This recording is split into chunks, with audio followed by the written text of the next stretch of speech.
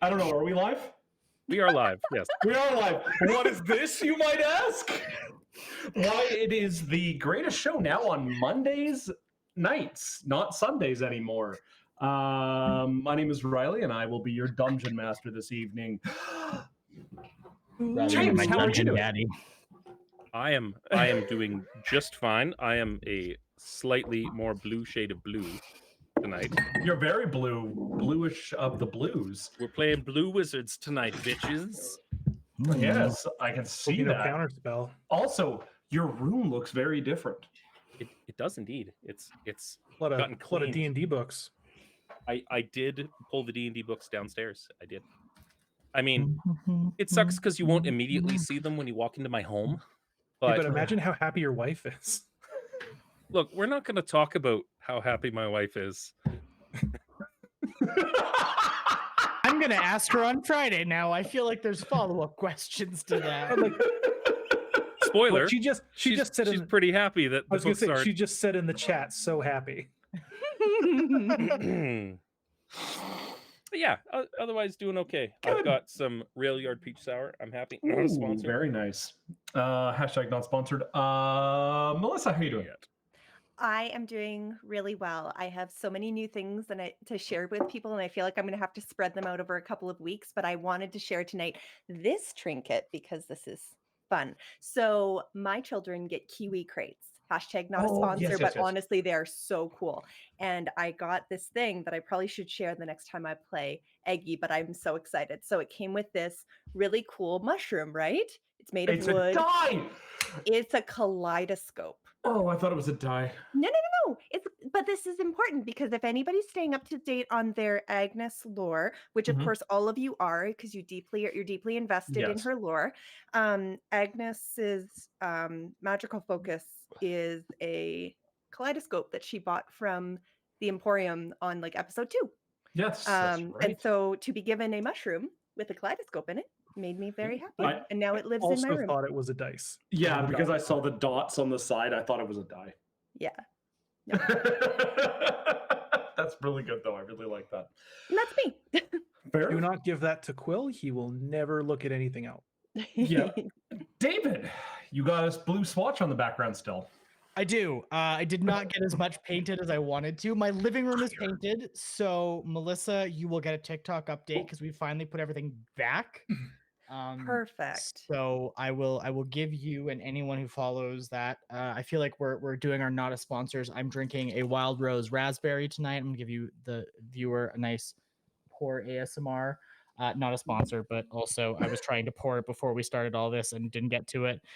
Yeah, I got one room of my house painted, which I was hoping to get more done. Maybe I will get around to this week, but this is the most challenging room to paint, so we will see. I'm a fan that the first thing you painted was a bathroom. Like you looked at your house and you said, "What needs my attention first?" Where do you think he spends lavatory. most of his time? So the thing with that is like me and my wife, we bought this house specifically because we wanted to have 2 bathrooms, and the way that bathroom was set up prior to me like renoing it was completely unusable. Like it was just so poorly laid out, and like none of the stuff worked that it just wasn't a usable bathroom. And now when I get up in the morning and I'm a zombie showering, I can shower and my wife can still do her makeup and nobody's interrupted. It is the best setup. So if you're thinking of like, hey, me and my spouse can only share 1 bathroom, don't, just get 2. You're gonna be so much happier. And confirm. You're not wrong. Confirm. All right, fair. Mac, how are you? I'm tired.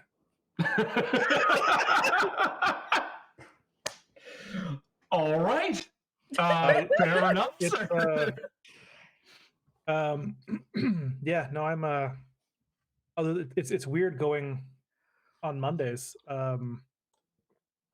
It's like that post 9 to 5, like usually I would use this time to become human again. Instead, you're just gonna go straight to cat?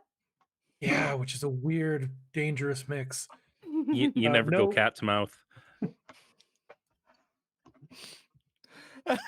People who don't kiss their pets are heathens. My brain just went to your poor wife.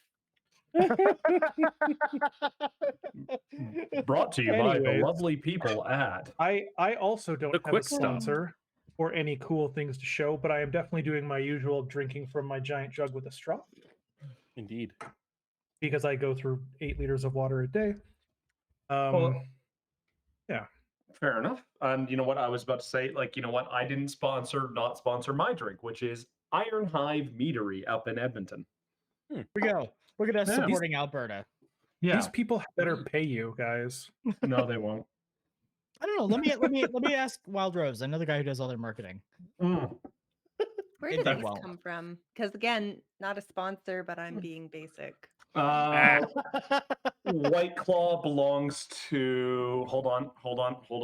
Isn't that beer? Andrew Peller, Oh, I didn't which know is that. a very large company that does Yes, it mostly is. wines and other things like that. But it Yeah. belongs to that company.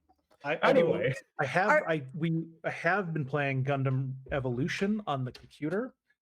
I have a very old computer, so to make it work, it has to look like N64 graphics. You look at this and you're like, oh, that's kind of cool. You know, it's like a thing.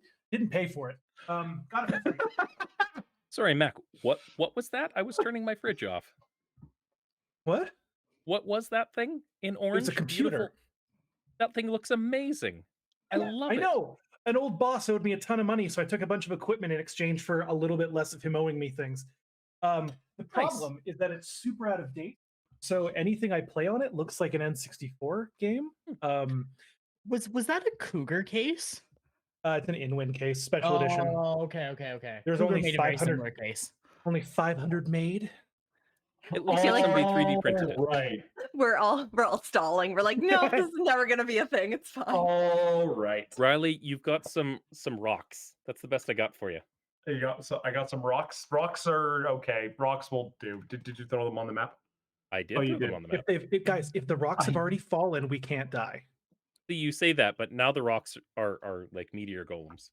All right. Well then, we won't be doing that part of that. No, it's fine. Anyway. I have stone. Is that how stone's endurance works? Nope. I'm just gonna shut up right there. All right. Let's do a very, very quick recap, shall we, of last week's episode? Because hey, we should probably do that. It has been an extra day, and people might forget. And where is I can never find these. I things. don't know what you're talking about. Nobody logged in and was like, oh no. Right. All those things. I don't know what you're talking about. If I call myself out first, nobody else can call me out. It's my theory in life. All right. When we last left our heroes, winter had strongly arrived in Naylore, especially this region.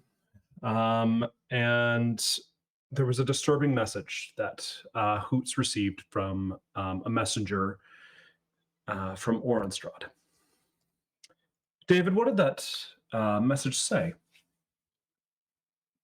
Oh, that our good friend and good buddy Dern was sick, and that Ern was taking care of him, and that we needed to haul ass up to Orenstrad to look out for him.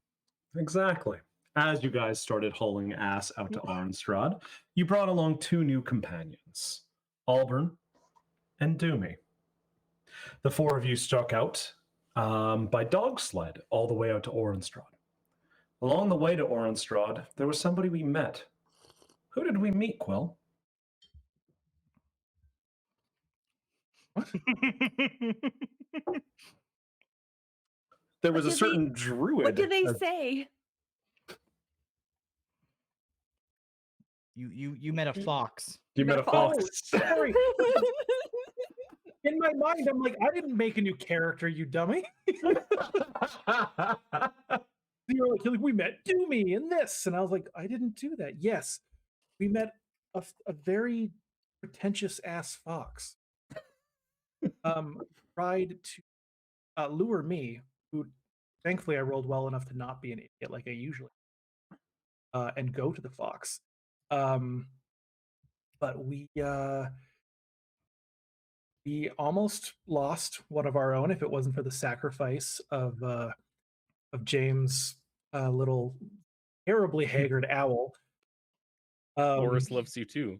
Horace, who was banished to another realm while opening a box.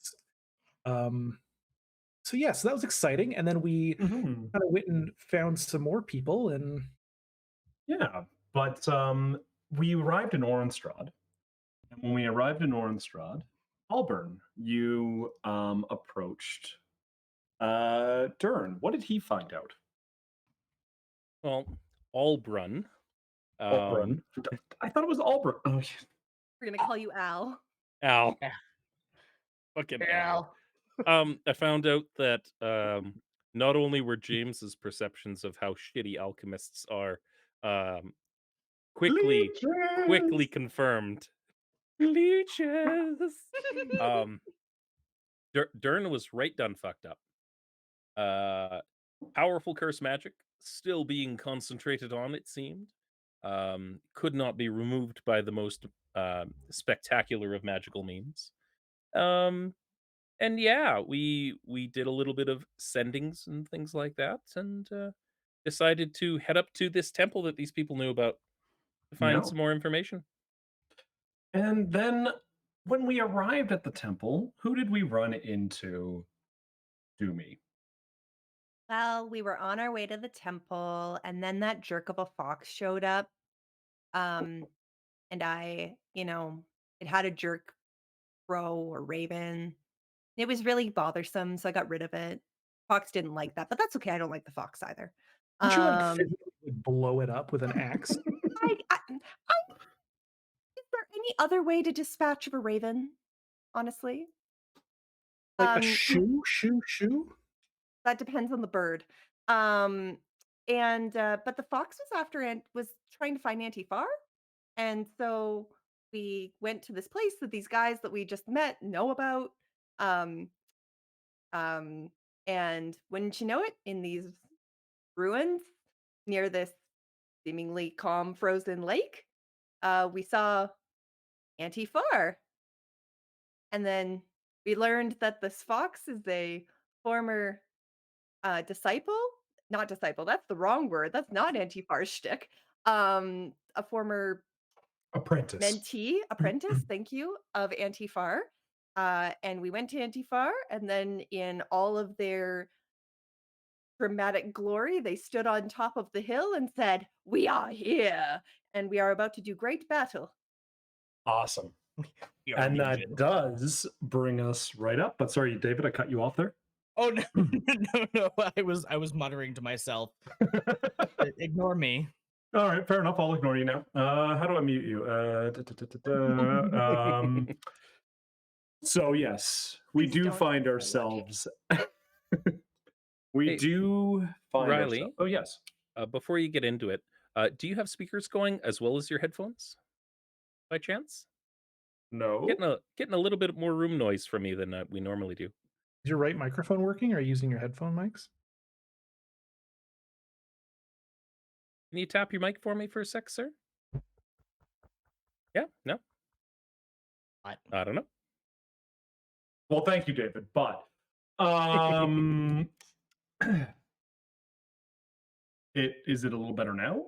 Am I just A little bit? Yeah. It was just the room was a little weird for a second. So The room go sounds for it. empty. Yeah. Weird? Okay. Anyway, I'll try and fix it at break. Indeed. So I'm going to fade out the Russian winter. I love that song. That's a great song. And we are going to fade in this. We are going to very quickly come to battle, and we resume the movie, basically. Antifar looks at Alyssa and just starts shaking her head. Oh, right. That's her name. Sorry. No, don't worry about it. And just starts shaking her head. Oh, God, it's this girl. She has been stalking me on and off for years. And could I please get an insight check from everybody? as you look at this Alyssa across the way. In a very undoomy way, I got a nat 20 for 21. Yes, you did. I got 6. That's a 13. Okay. All right. 7? 7. All right. I'm going to give this to... Was this initiative? No, this is not initiative. What this is insight on Alyssa here, because you're Doomy, just because your character is not from Earth, correct? No, my character is from Waterdeep. That is correct. Okay, so you're getting this weird nervous vibe from her. Like this almost like doesn't know what to say next kind of thing. Very just, but you can kind of see her shaking a little bit. Alyssa, yes. You see her shaking a little bit. Albrun. I got it correct that time. Albrun. Yeah, I did. I'm going to give you a little bit more in the sense because you are from Earth and your character is a little bit of a nerd, correct? Yes, very much so. That is an understatement. You know, you've been to probably some conventions. Oh no. Oh, she's fangirling. She's meeting Doc Brown for the first time. It's worse than that. She's got a little bit of a fangirl kind of thing going on. Oh I my like it. god, you're a fox, I'm a fox. I see. And the lore goes a little bit deeper in the sense that yeah, she was a fangirl and definitely still is a pretty extreme fangirl. And Anti-Far is her new obsession. I see. When she got to the womb. I see. Just to give a little bit of a background to it, she was kicked out of about, I think I wrote down 15 different conventions in North America for glomping and other activities that are now banned from conventions. Oh, she's and one of those. she's one of those. And Cosplay is not consent. Cosplay is not consent. No. Anti-Far looks back to you guys and goes, I have just found out so many things from some of the new paladins that have come through. With a nat 20, can my insight, I know it's too far, Yeah, but no, I no, really no. want to know where on Earth, literally, where on Earth was she trying to banish Anti-Far to?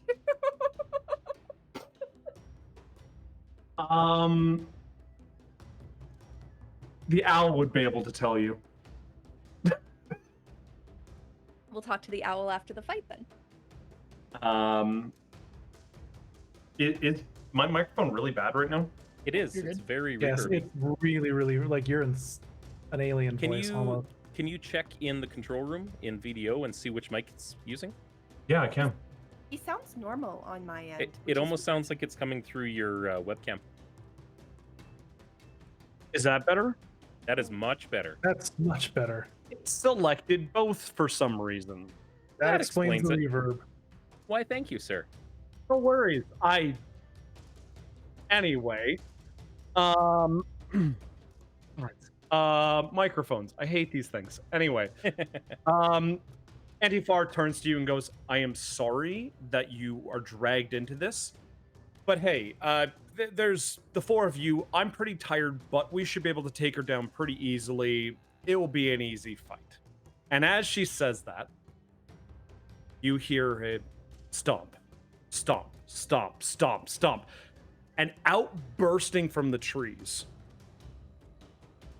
and just charging past you guys towards the temple is a bloody mammoth. As in covered in blood?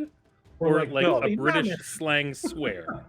British slang swear, a Alrighty. mammoth goes charging towards the temple. And Antifar's face just drops, and she's just, take care of that thing. I'll fight Alyssa.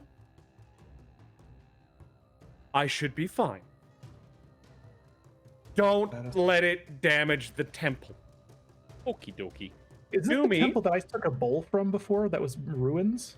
This is the temple that Aggie and Far spent like months repairing together. Yep, Cool. that Antifar is still working on right now. Cool. Antifar turns to Doomy and goes, this is a test. The more that the temple isn't damaged, the higher I rate you. And you see Antifar just throw down what she was holding and begin to transform into a bear using wild shape. As she hears these words, Doomy pulls out her axe and it lights with fire as it comes down. She's like, it's a good day for a fight. We're going. All right. I'm gonna pull you all over to that screen. And we are going to have a fun fight, and I need to pull you guys into the map as well. Fun for you or fun for us? I mean, you know, fun. Just fun. Why All is that mammoth so close to us already? Oh, that's a big boy. It is a big boy. Here, I'll just move that back a little bit there. I'll put you guys, if you guys want to put yourselves down here at the bottom. Sure. All right. Do-do-do-do-do-do. And then we will roll some initiatives. How far away is Alyssa from us? You guys are within spotting distance. I would say about 120, 180-ish feet. Okay. Well, that's where Far and her are starting to fight. Okay. Do I need to drag myself onto here? I don't exist yet. Oh, yes, I will do that for you. Boop. Did I do Quill's that? just dead. You know? There's Quill. He's just Hey, look at cold. that. There's Quill right there. You. I don't know where you live, but I'll find it. All right. So basically, the mammoth is trying to get across this battlefield towards the ruins. You guys can, sorry, for this fight in general, Antifar is fighting Alyssa, and I have pre-rolled what happens every round for them. Every round that you guys spend, the less likely she will be able to help you out today. So this is kind of a battle that you want to end quickly in the sense that you don't want it to drag. Could you throw the initiative tracker up for us? Yes, I can. Point order.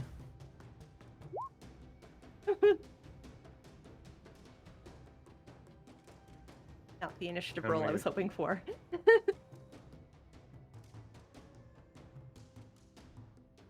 All right, this is the one roll I have to do in real life.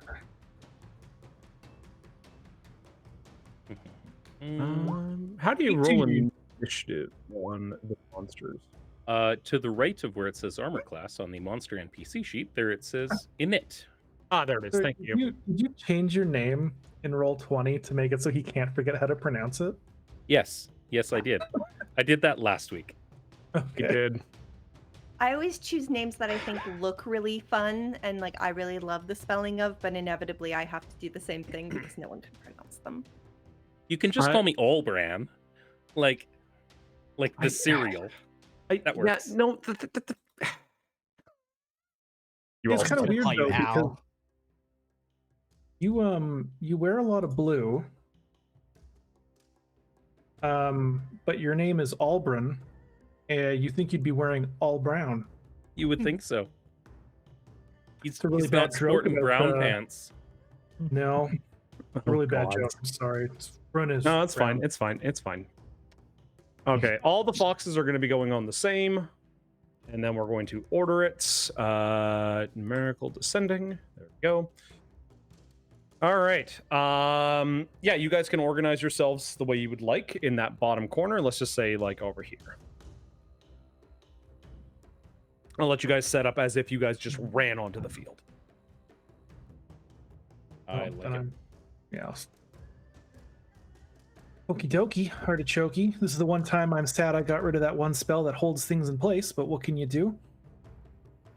Dern, Oris There's and no Albrin grid. rolled the same initiative. I would like Albrin to go before Oris, please. That is fine. You can change that around too if you want at any time. Because technically, familiars go on their own initiative. Okay. Everybody happy with where they are? Reasonably. I'm hiding behind a rock. I like that. I'm not Perfect. hiding. Yeah, All right right. Where's my grid? Why is my grid missing? Just with like a slight grid. Sorry, apparently my grid is just missing.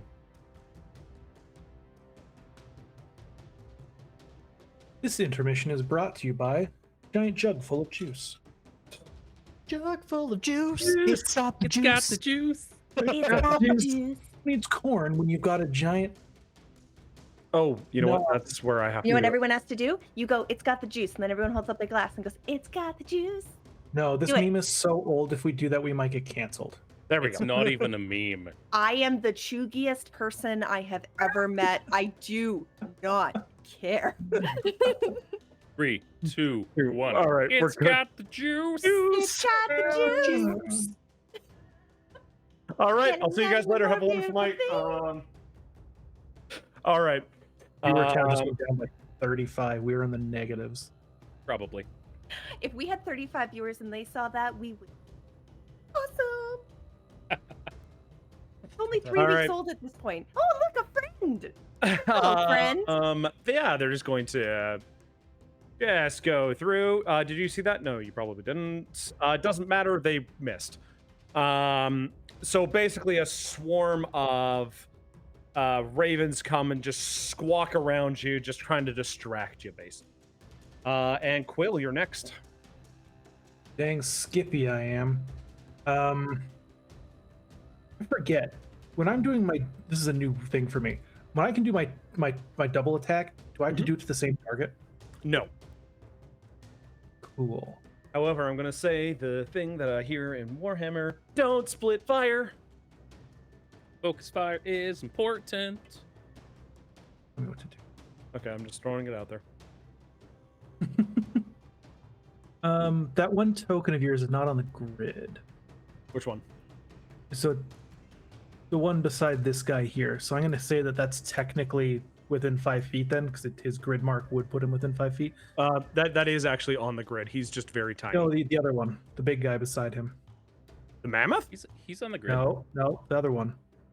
It's in between 2 marks. Oh, it is. Sorry, there you go. Cool. I'm like, what are you talking about? Confirming. Awesome. I'm going They're to flying, by the way. I should probably put that marker on. Oh, they're they're- flying. Yeah, they're about 20 feet up in the air. But not the ones right beside me. Nope, those I'm ones not are quite that tall. no. It's flying. Okay. Well. Okay. I'm not going to do anything yet other than attack. So I'm just going to roll for an attack. If that's okay. That is fine. On the one flying boy. Okay. And I'm going to assume, and I hope, a 19 will hit.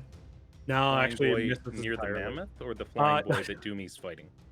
The flying boy, Doomy's totally fine on her own. The That other one? one. Yeah. Yeah, you do hit. Yes, you do. Cool. That's great. So this could be my damage, which is going to be a total of 5. And then I'm going to take my second attack on that same boy. Okay. First time I've ever done it. And I'm going to assume that a 14 hits. It does, actually. Double attack and both are hitting. It's a new quill. I know it's because I'm using real dice. That's an 11 for damage, and then I'm going to mark it as my favorite foe. Okay, that gives you an additional D4. Yep. Another 3. Yep. You see Raven after Raven drop in that group. And they start to fall to the ground. You hear just like a thud, thud, thud, thud, thud, thud. All right, Alburn. Wait. Albrin. There You're it up. is. All right. So immediately checking my memory on my BlackBerry playbook, and I look up the player's handbook PDF from D&D. Next, he's like, crowbar, 5 pounds. Reaches into his bag, pulls out a crowbar, which is 5 pounds, hands it to Oris. And this little owl's like, oh god, no way. And I'm like, Oris, I need a strength check from this owl. it is within his capabilities. Within the capabilities of this Gary. creature. Maybe within the rules, but I've seen this owl. And Oris looks at me with a very reserved sort of like, oh, not again. Here we go again. And Oris, like a little hummingbird with wings, just like comes up and it goes full mast at that mammoth. Whoa. And This you is a see PG Albrin pull out a small bag of gold dust. Hey. Riley, Yes. is that mammoth mad? And like trumpeting and like flailing about? I would say yes. Like because I want Oris to go in his mouth.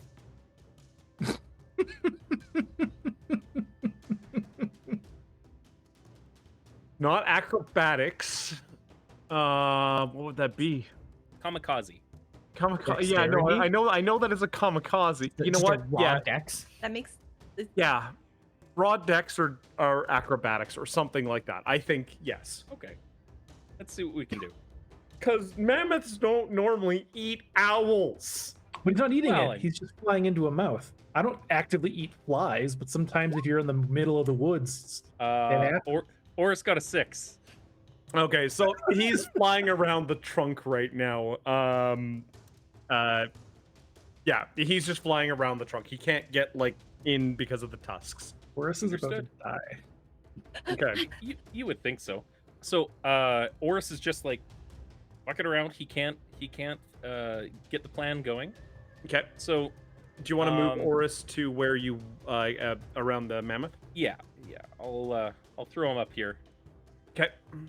for he's just like kind of floating around his head, holding a little crowbar. Albrin's like, well, shit, you failed, Oris. This is why we can't have nice things. And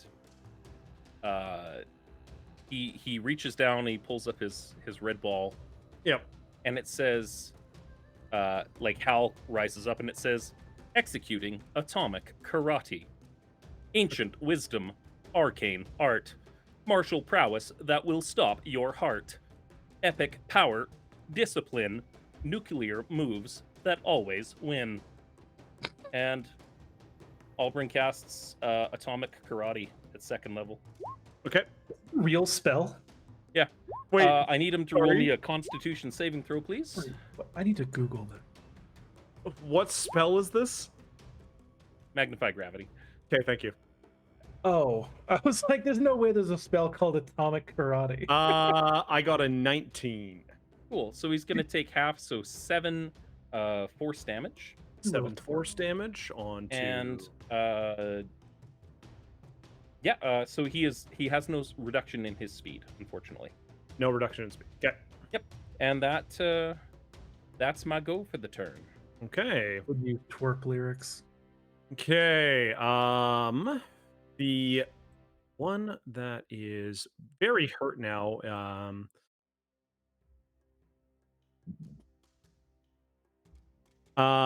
These ravens are going to come in and try and strike at Quill, but there's a lot less of them, so they hit a lot worse. Your AC 7, right, Quill? I came out of the cat womb with a higher AC than 7. All right. Let's see here. 50. Ooh, 8 damage to Doomy as these things just come swarming in and just start just pecking at you pretty hard. He laughs. The crows are concerned. All the foxes are going to start dashing about now. This fox. There.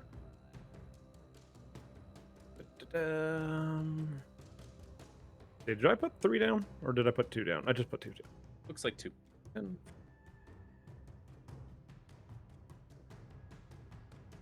Perfect. All right, they just run up. All right, Hoots, you're up. I am up. How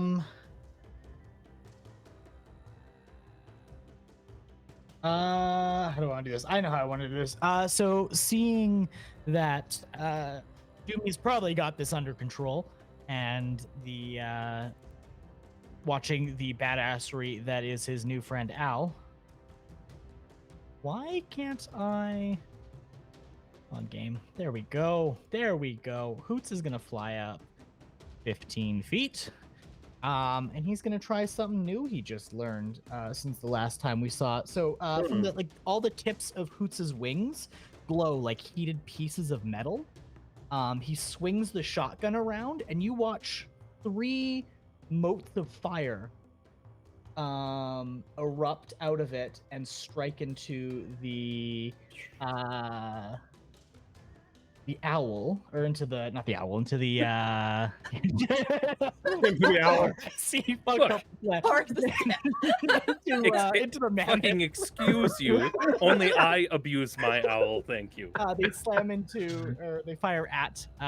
So the first one will be a 22 to hit. Okay, where are you? Which one are you shooting? The mammoth. The mammoth. Okay, directly at the mammoth. 22 hits.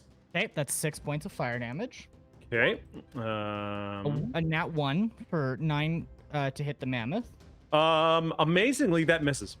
Okay. And then a 14 Hits. for 5 points of fire damage. Okay. And that is Scorching Ray. And then Hoots is going to drop. Oh, right. Cast with his Arcane Fireball. So it was actually 8 points of fire damage on the first one and 6 points on the second. So how much more is that? Sorry, I've already done the math there. That's an extra 3 points of fire damage. Okay, thank you. And then Hoots is going to summon his little arcane dude, the Eldritch Cannon. Which has a token now. Has a token now. Look at us go. What's its name? It doesn't have one. Why won't that let me summon it to the field? That's not the question. You should be able to drag and drop it. It's not letting me do that. I'm just going to make myself a GM really quickly, and I'm just going to do it. Already done it. Oh, okay. Just basically like right at Hoots' feet. Father. Why was I created? You were created to extrude fire. You are And a summon warfer. You dole out the spicy on the internet. You were summoned my for great God. purpose. Good. The only spicy on the internet is onlyfans.com/legends of Logomancy. You say that. Where did my picker go? There we go. Okay. And that will be the end of my turn. Perfect. Doomy, you're up. I would rage. Oh dear. One to the south. That was like the cutest angry but quiet rage ever. The one to the south.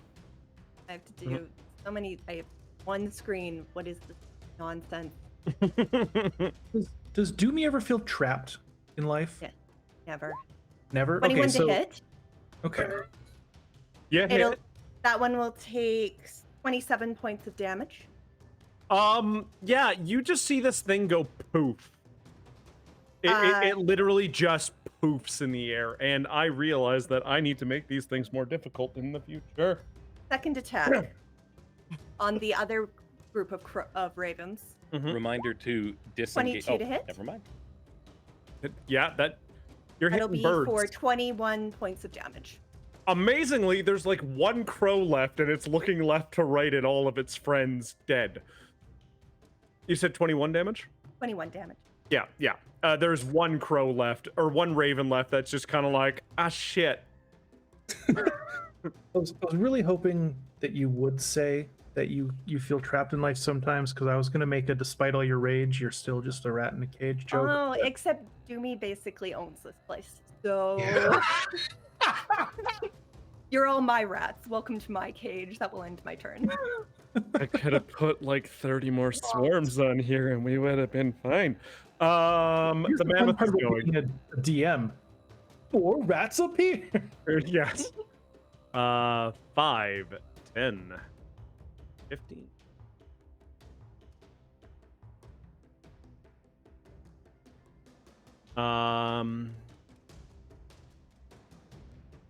So the mammoth comes barreling down, and this thing is trumpeting, is thrashing about. But again, you see those silver eyes. And I'm going to roll percentile to see if it does any damage to. I'm going to say this is kind of like the temple grounds a little bit. Okay. Just because we didn't have exactly a map, but I'm going to say minor damage at this point. Just like some of the tiles or some of the other kind of things around the area have gotten a little bit damaged, but that's about it. Doomy's eye, the first rock that falls, Doomy's eyes flash with anger. Okay. Perfect. Gotta get the berserker angry. Quill, it's your turn. Cool. So Quill, taking Antifar's instructions to heart, is going to do a Zephyr Strike. And, kind of a little static moves through my fur as I burst away from this group of crows in front of me. Yep. And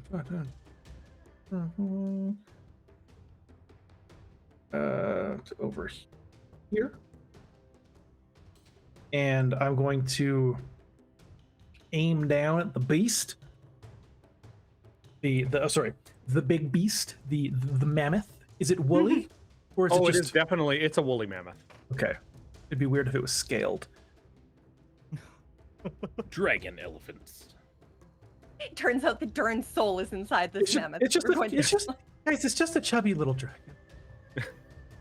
A really long nose. Yeah, so I'm gonna go with my attack here for my first one. Okay. And I'm going to use my Zephyr Strike to give me advantage on this attack. Okay.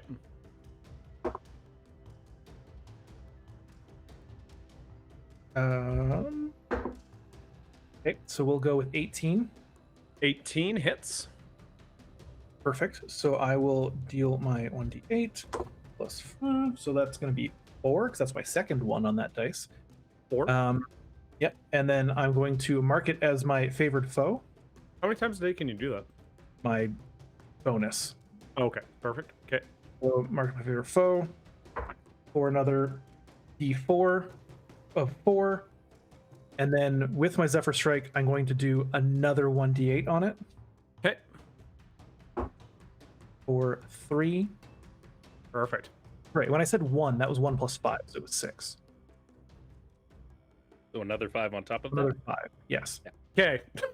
And then with a quick arrow, he's like, "You're not supposed to be here. You're not supposed to break anything." And he pulls for another attack. I'm going to assume that the 24 hits. No. Yes. Shut up. And Hey, look at that. A rock falls on you. The mammoth gains legendary actions.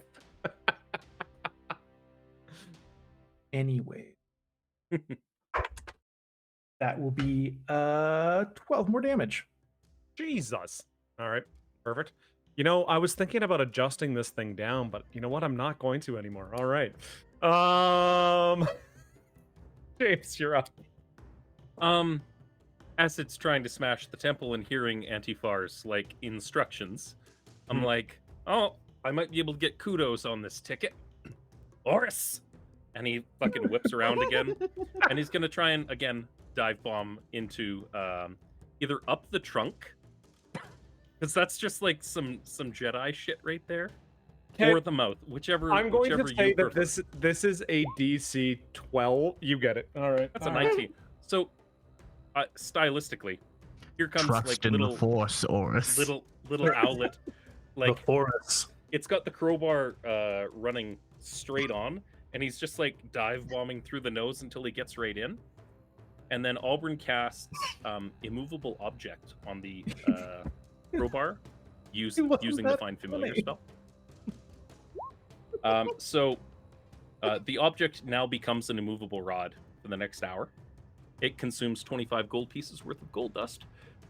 It is fixed in place, and it can hold up to 4,000 pounds worth of weight. The creature can use an action to make a strength check against my spell save DC, and on a success, it can move up to 10 feet. So it's got a thing near its brain. I'm literally looking how much a mammoth weighs. I'm literally Googling this right now. Let's just lose their shit in the background over forest. And Oris Because is, how hanger this owl is, it sounds like he would almost talk like Yoda. I because I don't have an action to pull him back and save him. He's just stuck inside a mammoth right now. Are you Thor's hammering this thing? That's the Okay. idea. So how much was the weight? It's got a 4,000 pound weight limit. Okay. I am going to say this because technically a mammoth is quote unquote 6 tons, Okay. which That's is fair. about 13,000 pounds. Okay. Okay, but how much can it move while it's screwed into its brain? This is what I would let me finish, David. What I'm going to say is that yeah, it's going to struggle. It has a heavy thing in the middle of its head. It is going to get disadvantage on all of its attacks, and it will only be able to move 30 feet. So, if it wants to try and move against the object normally, it eats its whole action to do so. My intention here is not to like have it pierce its brain and murder it. No. My intention is to keep it from like bulldozing into the temple. Yeah. Which have it you do will, its- which you have effectively done with Okay. this. That is what I'm going to say is that, yeah, you lodge this thing. Basically, all you see, like on the very top, like I would say maybe mid up its trunk, you just see this giant fucking bar, like almost piercing through it, Like, and it's just like, It's Or glowing with sticking out of a magical tear duct. energy. yeah, And this is why technology matters. yeah. Mac. So yeah, the mammoth is going to have a struggle. That is, I think, my turn, except for moving back a little bit and hiding behind this fucking tree. Yes. That's my Goddamn turn. wizard. All right, this group of ravens is not going to go towards Doomy as it just saw what it did. It's going to fly at Excuse me. the other bird. Who are you calling it? Doomy. Well, that doesn't. Birds don't know sex. Birds only know sex. That's Correct, all they correct. think about or talk about. I feel like, Why it's, Yeah. like Uh, I them think bees there's are have an problematic. understanding of sex and gender and the complicated Yeah, intricacies fair of it all. enough. Yeah, We fair always enough. thought that they were saying caw, caw, caw, but we got the spacing wrong. Yeah. So It turns out they're all just like working the street. I need to ask, since Eric became an owlin, has he had the mad hornies since coming here? Like being an owl? How else did he get on Cal's good side?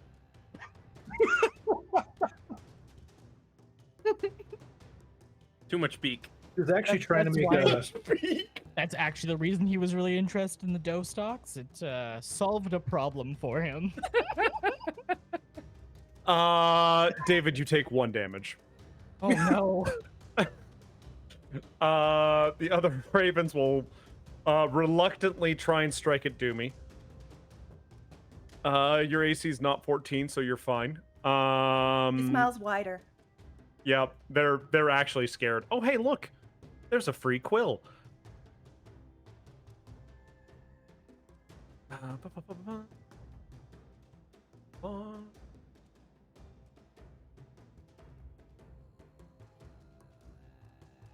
What is your AC? What did you roll? What's your AC? What did you roll? I can't remember what your AC is. One second. Actually, you know what? I can actually can- just look this up. You can select his token and it will tell you. Oh, it's true. It will. It is in Oh, blue. hey, look at that. It's 16. Was that so hard? You can't change, but your roll. You take 1 damage. I wasn't gonna change my roll. I was just kidding around. Playing. That's a 34. These things were supposed to be distractions. Hoots, you're up. What are the condition of the crows in front of me? Oh, hurt as hell. There's like 2 of them pecking at you. Okay, so my I'm gonna need them to make a dexterity saving throw. Okay. I built your token, David, to just be able to click flamethrower and have it do damage. Okay. I just noticed the Horus token inside the mammoth token. Yes. It's almost like he's given a force choke. Hope that's not being. First, that's a mammoth, not a taunt. Is it supposed to just like have a click function that's working? Because it's not doing Well, it. it's a sled. I see how it is. It should just under the attacks on the right side, if you click flamethrower, it should just roll the damage.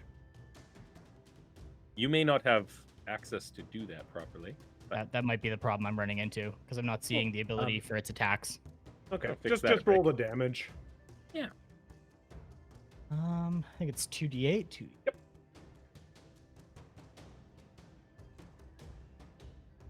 So on success, they're going to take 13. On a failure, they're going to take half of that.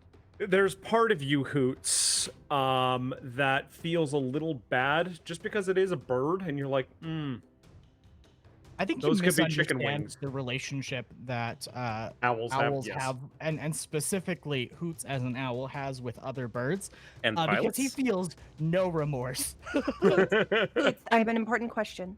Yep. Do you identify as a bird? Yeah, oh yeah. Well, like you've let go of the whole human thing that you used to be.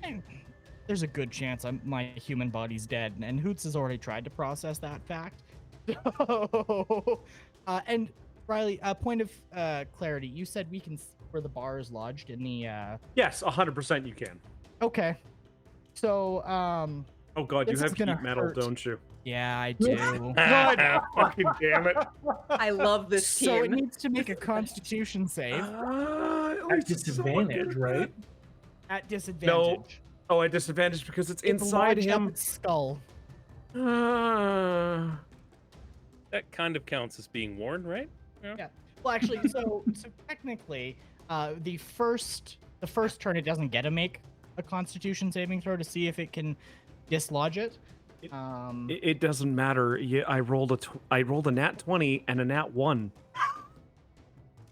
So it's gonna take. That says 1. Looks like that's. Oh no, that's for arcane firearm. 15 points of fire damage. Arcane Firearm. It's my new favorite band. Okay. That's good. I like that. And continue to do so. Yep. Every turn. How much Yep. damage? 15 points of fire damage in its nose. You Not need to every care turn. less about a hand. Oh, sorry. Go ahead. David, it is worth noting your arcane firearm totally works with heat metal for the extra damage. It does. Oh, does so it? that, Okay, so yep. that's 16 points of fire damage. It's any spell that you cast. Yep. Any artificer spell you cast using it as a focus Oh man. on one of the damage rolls per turn. Here I thought I was gonna have a fun little encounter. This Oh, is a fun God, little great. encounter. We're loving this. Oh no, believe you me, it's fun. But I'm just like, oh my god, you guys are. This is a Just- CR6. Just wait until Hoots trades out for the Force Ballista and starts shoving it in directions. Oh, I know. You Doomy, need to you're care up. less about the crows and runs past them, and will take the attacks of opportunity that they send her way. You take 7 damage. She doesn't care. She doesn't even blink. Yeah, you take half of that because of barbarian rage, so you're fine. I sure do. 3 damage, and I would like to attack recklessly, which means I get advantage on all my attacks. Yes, you do. But you get and you take disadvantage on the on attacks against me until my next turn. So the first one comes in at a 25 to hit. Yep. For 23 points of damage. Okay. And the second one comes in at a 15 to hit. Hits. For 20 points of damage. Okay. And she gives out a mighty roar of satisfaction and ends her turn. All right. I could have put 2 down. Anyway. Our strategy might have been different if there was 2. It might have been. This thing will get to attack, and it will get to attack at straight dice. Straight dice, yes. Because of its disadvantage and the disadvantage that you have, etc. So it will be straight dice. Mm-hmm. It is animal cruelty. Yeah. Right? What is your AC, by the way? My AC is 17. It does hit. All right. And you take 27 points of damage. Actually. It successfully made a saving throw. I used silvery bar, or successfully made an attack. Sorry. Yep. I'd like it to roll another d20, please, and use whatever it gets. And will have advantage on his next attack roll. Yep. It still hits. Okay. 27. Will you get free advantage? Yeah. 27 damage. All right. This thing does hit hard. Yeah, she especially if it blood could out of actually her mouth move. and smiles. Keep in mind, it's probably halved from your rage. Yes, it is half from your Oh, right. Thank you. Sorry, been a minute. Yep, all good. She doesn't spit out blood, she just smiles. She just smiles. The mammoth is worried. He should be. And Quill, it's your turn. Cool. Quill still has the Zephyr Strike ability up where he can move without provoking attack. So Quill's going to swing around back behind that boy. And he is going to... He's going to start by casting Hail of Thorns. Okay. And I'm going to start with my first attack, which I have advantage on. And a 21. Both hit. Well, that was just for the first attack. I just had advantage. Cool. So first, I got my 1d8 plus 5. So that's going to start with 12 damage. Yep. It is my favorite foe, so I'm going to do another d4. Yep. For another 1 damage. Yep. And then, because I'm hitting it with Hail of Thorns. Now, question. It's got a 5 foot, or a 5 feet radius for the other people. You would not hit damage. me. I was going to say, if I hit it on the You'll one hit side of it, Oris. that's fine. Is Oris not protected by a blisteringly hot crowbar right now? Oris is probably dead. Oh, we're going to have fried chicken. We're gonna have fried something. Mostly bone, though, at this point. All right. Well, there are ravens literally everywhere. Supper's going to be good tonight. Yep. So for my 1d10, for my Hail of Thorns, as I, like, fly into the back of this thing with a bunch of shards, that's going to be another 9 damage. Quill, as you pull back, as you shoot the thorns, it gets impaled, and as the arrows penetrate into the skin, it falls backwards. Cool. And slams into Can I the grab it? ground. Yeah, Can sure. I grab it to try?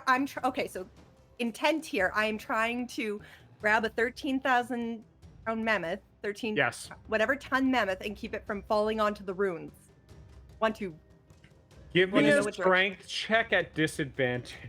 It's worth saying that using common pieces of rope, you can get a tree to fall wherever you like with the right leverage. Yeah, but it's actively falling right now. Yeah, give me a strength check. I know that you have advantage, but I'm going to say at disadvantage. So I get a So straight roll. Yeah. And it I'm going to say you need something high here. Given that it's somewhat propped up with a immovable crowbar. a I'm going to nine's say not going to do it. a 9's not going to do it. No. You crushed this beautiful display that looks like it was made by Agnes. Well, that didn't seem important. That seems repairable. It was just a nice little stack of rocks and things like that kind of just made this nice little kind of praying / meditation spot. It was absolutely an irreplaceable altar to the goddess of the Feywild, and I'm afraid that we will never be able to repair our relationship. Yep. No. Screw it, let it die. The two foxes run off and the raven flies away. As the mammoth is dead. And we are going to you guys absolutely destroyed that. I love this whole level 5 double attacking thing. Oh yeah. I think fair point. Oris is probably dead. Oh, with his Oris one is hit point. dead. Oris is dead. I think Hoots killed Oris. Yes. That means the Oris mammoth is like. got Oh, go ahead. that means the mammoth got a last meal. It's not Animal Crossing. No, it was up his nose. What I'm picturing though is like Oris goes up there, does the rod, and he's like just chilling there, like and then it starts to get hotter and hotter. He's like but he just can't get out of the trunk, and he's just that's exactly what I was picturing. Halfway out the trunk, just claw marks on the inside. The back half of him is perfectly cooked rotisserie chicken, like in an old Bugs Bunny cartoon. Yeah, the thing is that's what actually killed the man, or actually like set the mammoth on fire, was Oris going up in flames inside its snout. I like to think that well, it's an action to dismiss him, and I just didn't have the action hook on me. It's billable though. Like I can write this off. Yeah. I have used 35 gold pieces worth of equipment in the succession of this task. Here will be my invoice. You guys took 3 rounds to 3. I was going to have, and I had an entire list of how many successes far needed, etc., things like that. You guys joined that battle right away, and you guys absolutely trounce her and her horde of forest animals and other creatures. I'm gonna fireball? look to. Are there any hills nearby? No, I'm just kidding. Oh yeah.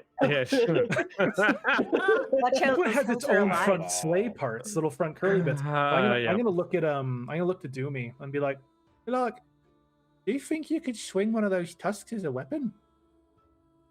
Oh, I could try. And I would like to try. I think you should like put one of them up with your ex. Hoots Yeah. is Yeah, you know standing in what? the background being like, now I'm opposed to poaching and all, but suppose Well, you know, I can make an exception. It always helps to be prepared, and sometimes this gets dull. Not often, but you never know. Albrun leans into Hoots and says, "It's a magical flaming axe. It doesn't get dull." It doesn't. I More equipment. didn't think so. Yeah, you can easily lop off one of the tusks, and I mean, you guys are doing this while Antifar is still fighting. Oh right. We're just having fun playing in the snow. I gotta be clear though, Doomy's not gonna do this because she's looking for a promotion. So she's not gonna do this if Far is still fighting and goes over to help Far. Yeah, you guys clean that fight up real quick, and yeah, there's a whole moment of a little bit of awkwardness as Alyssa probably looks a little happy about being bound up by vines by Antifar. And it's a little bit like that you guys are just like, okay, yeah, crazy lady. Hey, to each You their own, need a man. No pamphlet. judgment. And I would like to like stuff a pamphlet in between the vines, like Yeah. on her shoulders. I like it. Antifar just kind of looks over and looks at the dead mammoth and goes, "Well, you cleaned that up a lot faster than I thought you were going to. Nice job, the four of you. Yumi, good job. It looks good over there." Ooh, Agnes is not going to be happy about that one. Hey, Hoots, do you know the fixie magics? Are you looking for like Mending. mending? Yeah. I think I technically do. I don't think I prepared it this morning. Does mending work in that way though? If I just smash an entire wall, Oh no, If- wait, it's a cantrip, isn't it? It is, yeah. Yeah. Oh, so yeah, I can put it in with my cantrip tool. But it's You- like you one might be foot able to of help. it's 1 foot of Oh. material, 6 seconds at a time.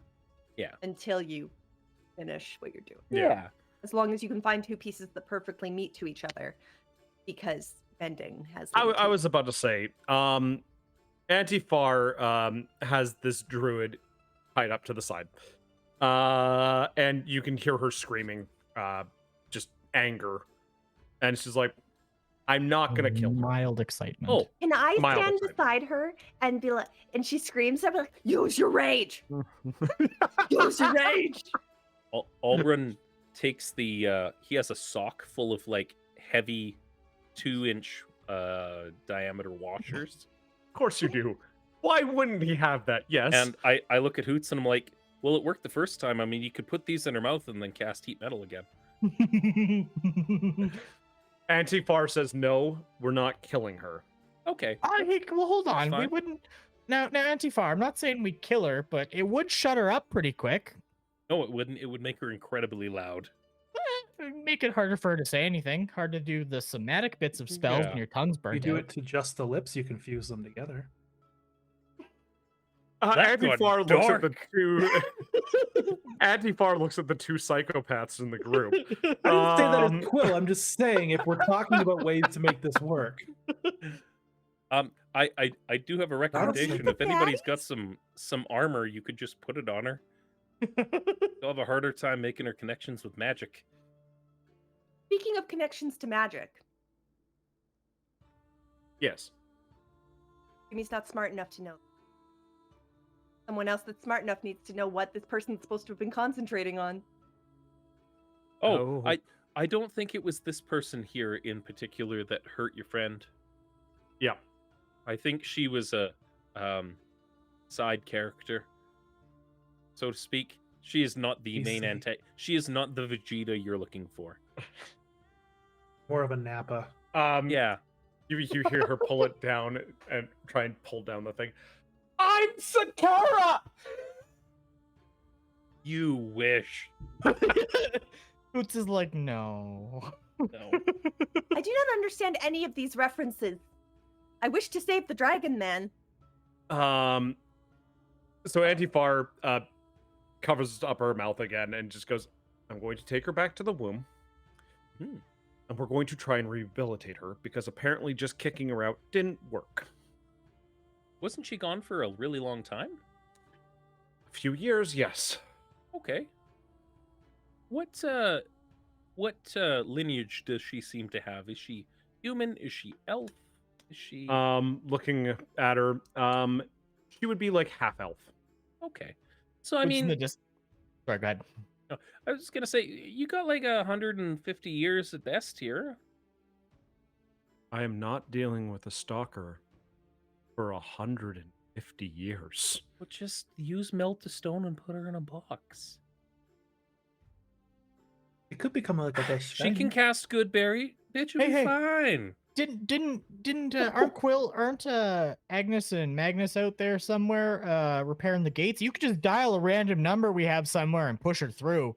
Yeah. It's Antifar just pauses for a second and goes like, "Well, Yeah. uh, Also, as an aside, not Stargates, but kind of Stargates. yeah, they're kind Yeah. of like Stargates. Like, oh, when did They let me Antifar dial the come first to one. the womb again?" 3 months ago? Oh, the womb?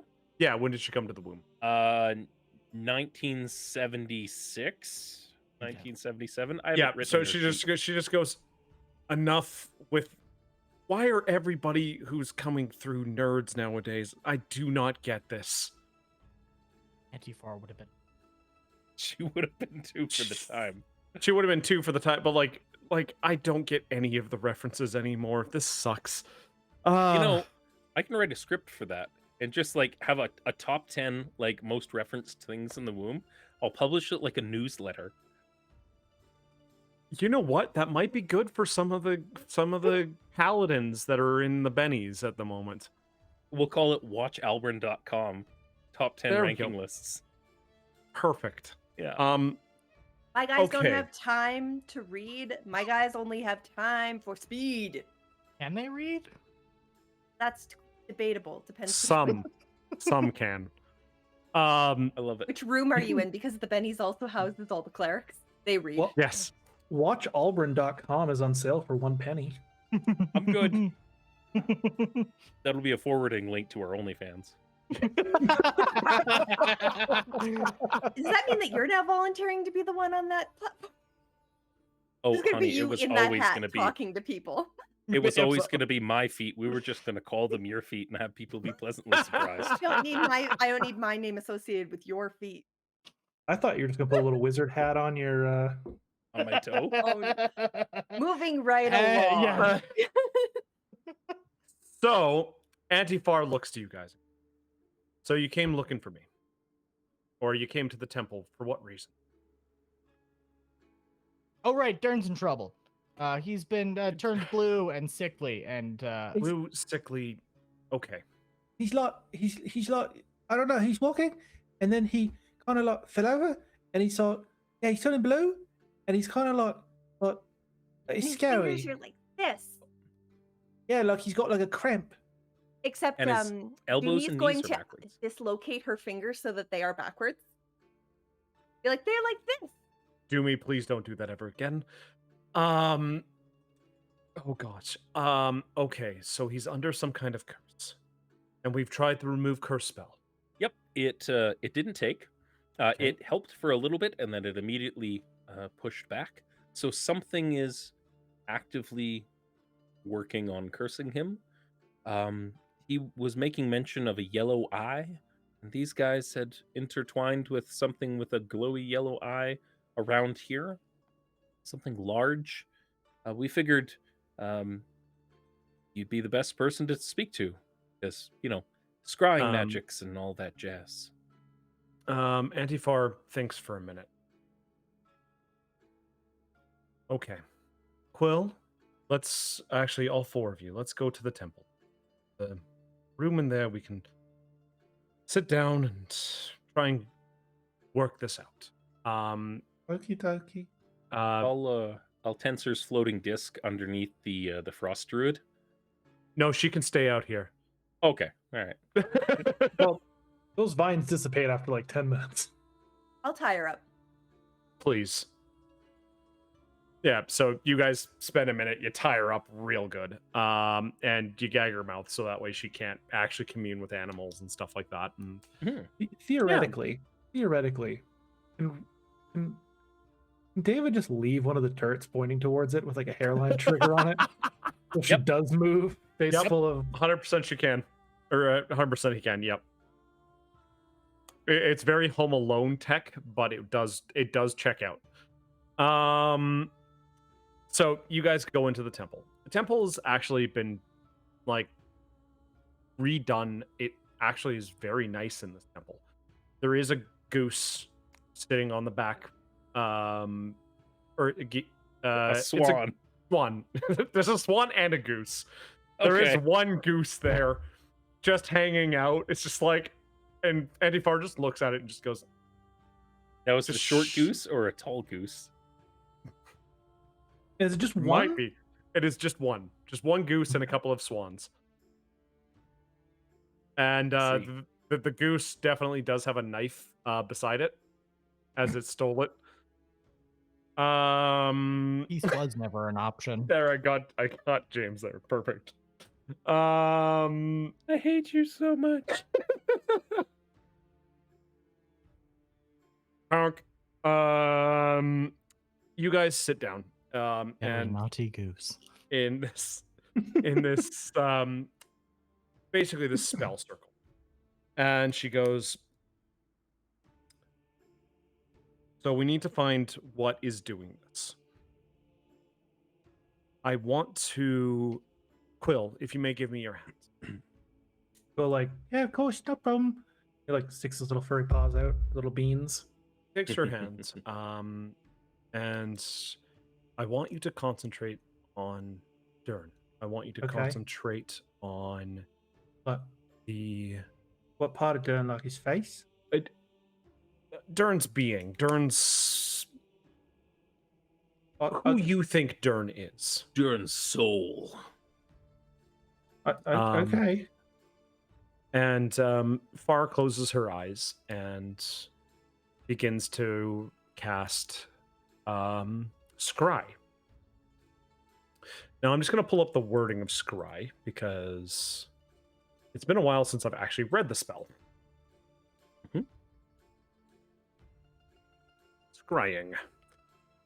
All right. You can see versus. Okay.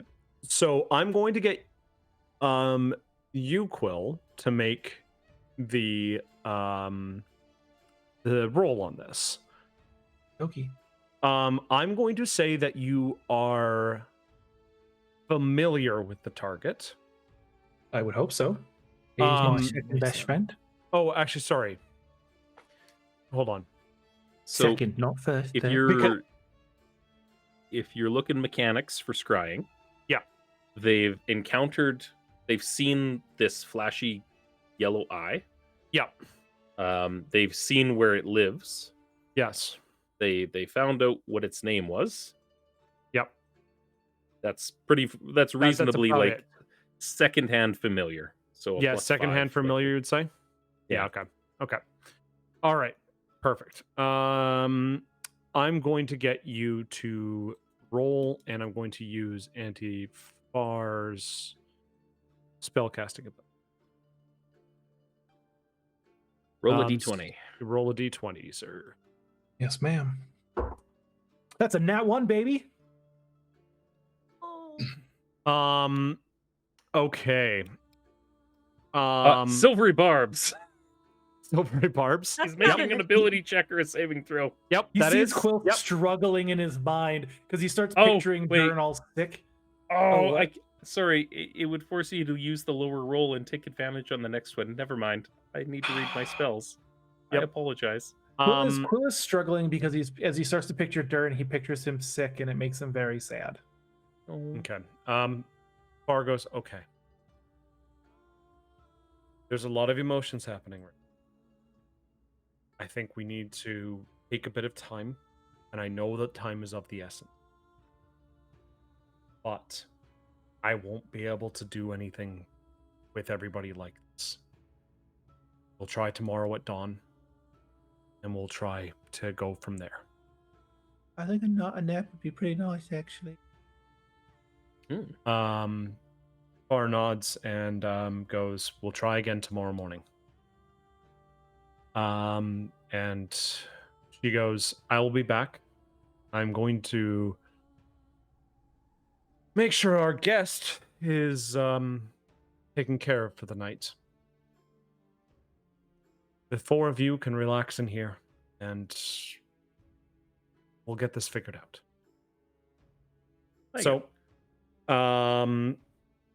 Far gets up and she leaves the temple, the small temple, and we are going to have a small kind of just intermission here.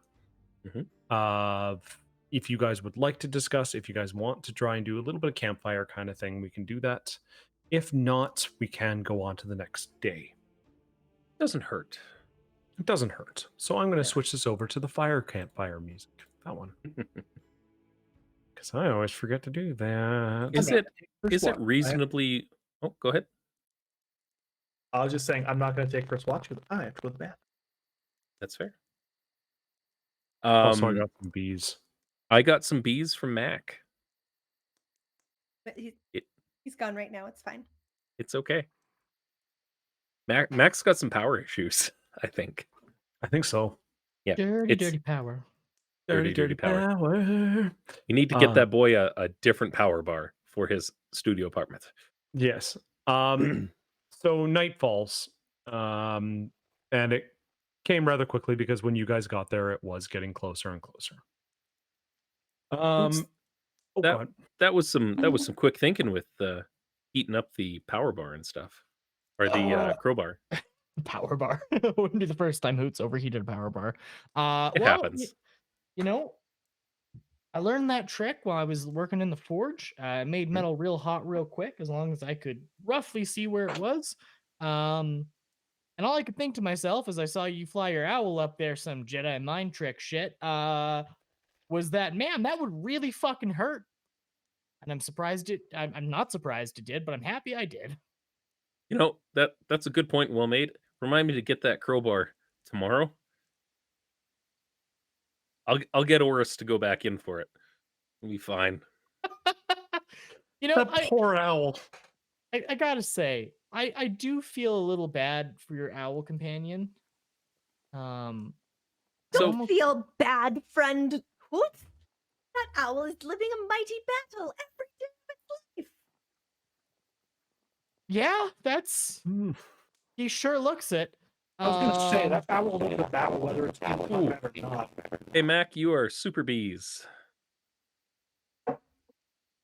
Can you disconnect and reconnect? Your mic, sir. That poor owl is a mess. I love the characterization of the owl, by the way. Indeed. How many having- how many He's having a campaigns? hard day. Most since I was like 12. Okay. Yeah. You start as a young owlin. He wasn't an owlin. He was always an owl. Well, you know what I mean, like Yeah. a wee owl. Yeah. Owlet. Like, Owlet. you know, I was actually quite impressed you were able to get him up there like that. Like that was pretty smooth, I won't lie. You know, he's had practice. Of course he has. Not specifically with elephants, but like, you know, he's a pretty tough little fucker. I should probably bring him back, and you see him like reach in and pull out some incense and like start like working while he talks. And I want to 10 go minutes. Get the dogs. Oh yeah, that's right. Yeah. You can go ahead and do that. Sorry for interrupting you. That's a dance. That's the way Hoots walks when he's on cold ice and doesn't have his croc boots on.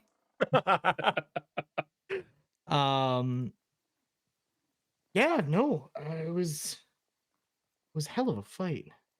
Yeah. I fought some weird shit since we came here. Mhm. I don't think I've ever seen a mammoth. So, like, even extinct animals can show up here? Well, yeah, like there's dinosaurs everywhere.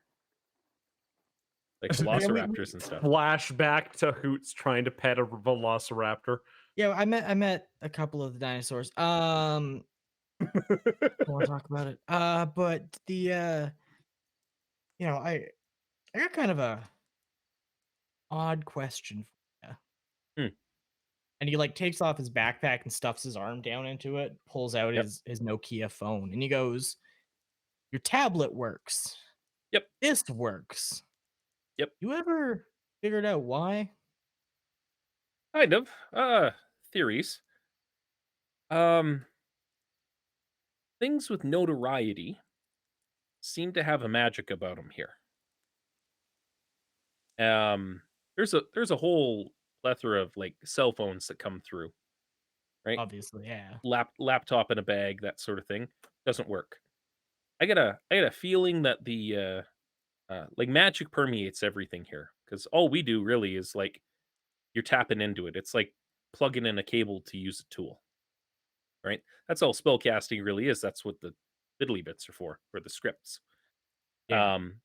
These things, and he holds up his playbook, which is conveniently in a drawer somewhere because I cleaned this room up.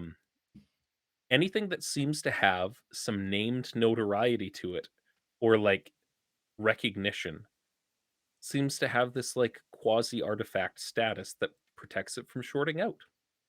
Um, so like regular cell phones don't work. Nokia bricks, absolutely. But yeah, it's kind of a weird thing. It is.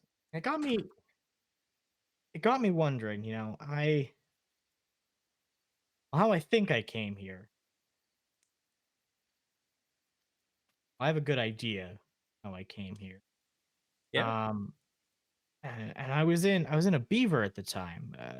Pretty famous airplane. Do you think somewhere it came through too? You know, there have been so I get to man the stone every now and again. Just we all do guard duty and stuff. Are you I've tell seen are you telling me that we all had to deal with Lashariath, but you could have been there being like, there's 27th in queue. hold on a second. I thought you had Max Dunbar that day. I read your files beforehand. I'm not very good with names. Fair. Doobie's been around for a little while, but You mean bad um with names. yeah. I'm on the stone, and I mean there have been times where somebody comes through and a backpack that was sitting at the foot of their bed came with them, or a bunch of pillows. Lots of pillows, you know, half a dresser. Just half a dresser? Yeah, like Weird, but it okay. seems like it was sheared off, and sometimes nothing at all. Nothing at all. Could you imagine if Hoots came through with the beaver? Just smash it. Oh, it's not the plane. It's like an awakened beaver that's just like, you were inside me and now you're not. You come through as your truest self. Whoa. You come through as your truest Oh self. my god, a beaver actually thinks that it's a beaver. I mean, its last no, it's action still- sounds like it was to eat a tree, so It's still a plane, but it like can move its wings and arms like a regular like beaver could. So it just like walks around. Its propellers bent to look like teeth. It just propellers Um, wood. But yeah, that's Oh. like I came through. I had my EDC on me. I was going to work. I was riding a bike, and next thing I know, whammy with a truck. Here I am. Bike didn't make it. I got some mangled bits back at the towers, but you know, Okay. Are we like we're all awake right now? We're not like doing the just watch like thing? just like hanging out in the temple. Okay. Yeah. So like the things ever get lost when they come through? Like for example, could his plane have just like gone elsewhere, kept flying or something? You know, I haven't seen that before. Like I said, I've seen people come through with like jars and stones and like, stuff that was around them or on their person. Um, Most of the time, it comes through. Not like I haven't seen cars or anything come through, anything like that. Vehicles, that sort of thing. Um, Part of my bike came through, but it was like this much of it, and like I was holding the handlebars. So I don't know. As you guys were talking about this, Antifar comes in, and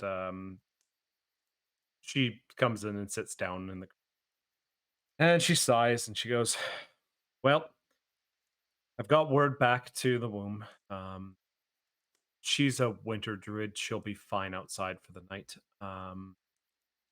So I'm going to spend the night in here with you guys and not worry about her. And if she Probably for the disappears, she best. disappears. I do not care at this point." So what are we talking about? As she pulls out, I would presume she pulls out. She has like a pipe or something like that, and that She kind of does stuff. indeed.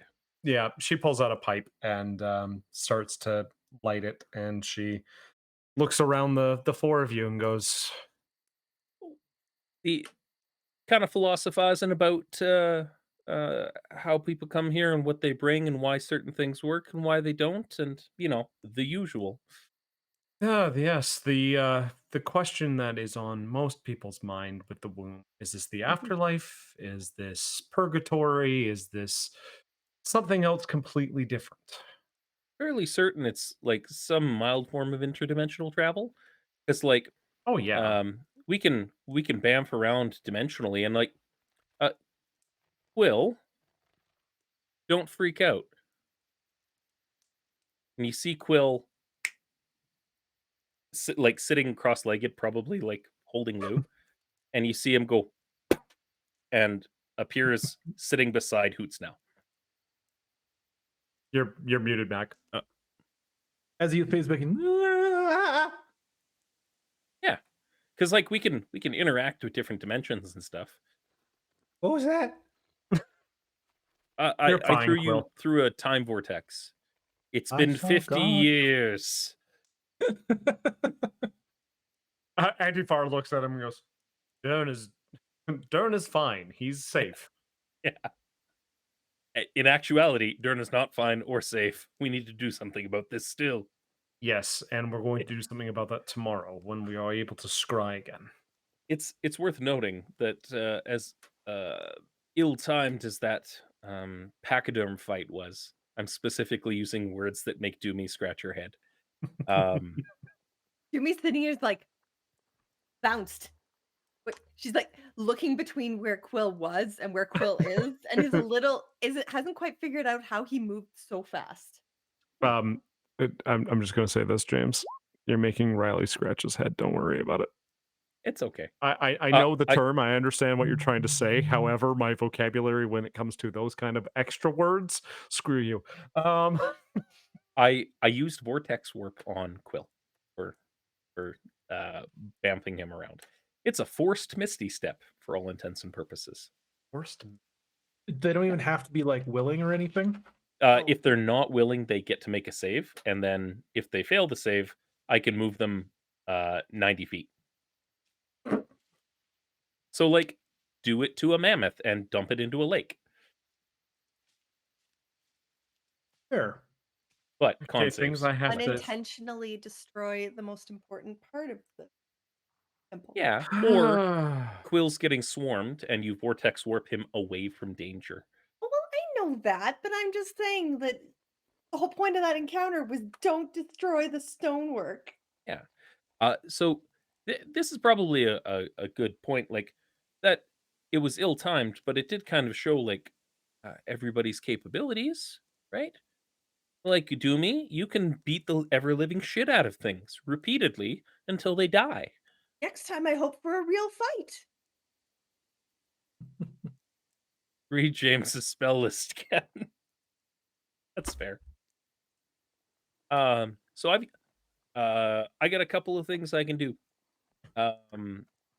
The immovable object thing, it's a good trick, but it doesn't always work on stuff. It's normally really useful for like if you need to anchor something off and tie a rope to it and climb down things. It's pretty handy for that. Or if you need to bar a door or something, it is. That's the first time I've ever shoved it in an elephant. But I mean, it does the trick. So But You not your did well last. for your first time. Well, technically it was the second because Oris fucking botched the roll, and Oris is like, So technically your owl deserves the glory. oh yeah, no, Oris is the MVP of that fight, 100%. No, Doomy is specifically trying to figure out who deserves kudos in their ability to battle, and you have lost your reputation on account of you sent someone else to fight your battles. I just provided him the tools. All I do is provide you the tools to do your best.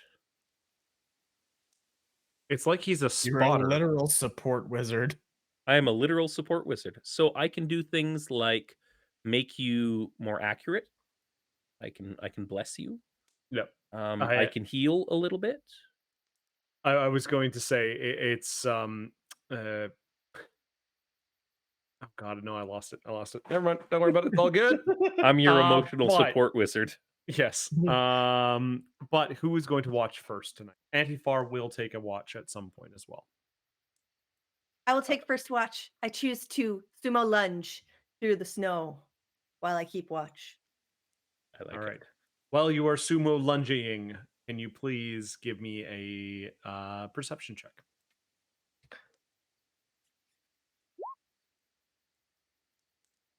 That is a 17. All right. As you're sumo lunging around the around this temple, sorry, I was transitioning between two screens and I just looked at my background image because it's been rotating. It's literally a picture of a woolly mammoth in a picture. That's very weird. Anyway, uh, so as you're lunging around, you've noticed that the druid is passed out from screaming. But she doesn't look cold or anything like that, as she is very used to this type of weather, this type of temperature, all that kind of stuff. Other than that, it's a pretty quiet night. You're kind of hearing, there's a sound from frozen lakes that you hear, where it almost sounds, yeah, exactly, that the popping sound, far in the distance. Yumi, as a sailor in her background, feels a bit of familiarity with the sounds of the water Mhm. and kind of nods as she continues crunching through the snow. Yep, crunch, crunch. Your time comes to an end very quick. Let's go to who's next. I'll do it. Okay. I want to come up to Albrin, and I imagine he's sleeping like with his wizard hat over his face. That checks out. And I lift up the hat. I go, Birdman. Birdman. Hello? I'm not the Birdman. The Birdman's sleeping over there. I am the man with the bird. I'm going to take the bird from inside the hat and drop the bird on your face. Birdman. See how it is. Yes, Doomy. Hi. Can I help you? There's a chill in the air. It is invigorating. The watch has begun. Thank you. I'll take care of that. You head to bed. Indeed. And she flops straight back on the ground, not catching herself at all. Very Dern-like. I mean, we literally just swapped out Dern with. I didn't realize how similar Dern was to Doomy until I was reviewing my character notes, and I'm like, okay. Fem Derny. Is Doomy Fem Dern or is Dern Mask Doomy? We'll never know. Doomy Dern is predates. himbo Doomy. Yeah, Yeah. Doomy predates Dern by a good like 7 or 8 years. So Yeah. Okay. Yeah. So Dern is just himbo Doomy. Good to know. Yep. Yeah. Dern is more into the fad exercises than Doomy is. So that's one difference so far. Yeah. Doomy's Doomy just seems, prepper. Yeah, Doomy seems like a tire flipper. Yeah. Like Doomy's doing all the like the what's that term? The muscle man things Yes. where they like strongman. full vehicle strongman. Doomy's like a strongman competitions. Dern is like fad exercise. Yeah, fat exercise choices and more about like display of muscle rather than actual like full on built muscle. Yeah, Doomy's here to show, not tell. Yeah. Dern is 100% more tell than show. So as he gets up and he like he puts Oris back in his hat. That being, Oris exists in a pocket dimension and isn't actually in his hat most of the time, but I like to think that he actually came out this time around. Yeah. Oris he's like, why is it fucking cold? It shouldn't be cold in here. And he's like, I didn't do and I like start doing the tiny hut. I'm like, warm up my balls. Jesus goddamn. You see him, he's got like this quilted poncho over him, just like spell casting with his hands kind of close together.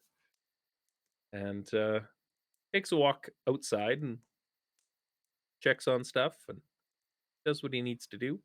Okay. Go ahead. I'll send Oris up and around just to get a bird's eye view and scout with me.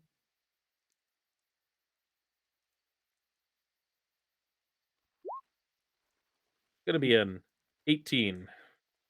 18. As Oris rises into the sky and starts looking around, you can see off in the distance it's going to be stormy.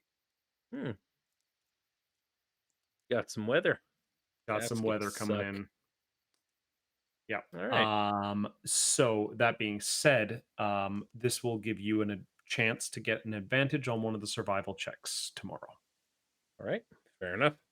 I'll go back inside and I sit down and I open up my playbook and I start doing some mental math on all right, well, I was gonna get rid of the immovable object spell, but we might need it in case of avalanche and maybe some rope trick and he just kind of like toddles He off. starts going down his list for spells for the next day.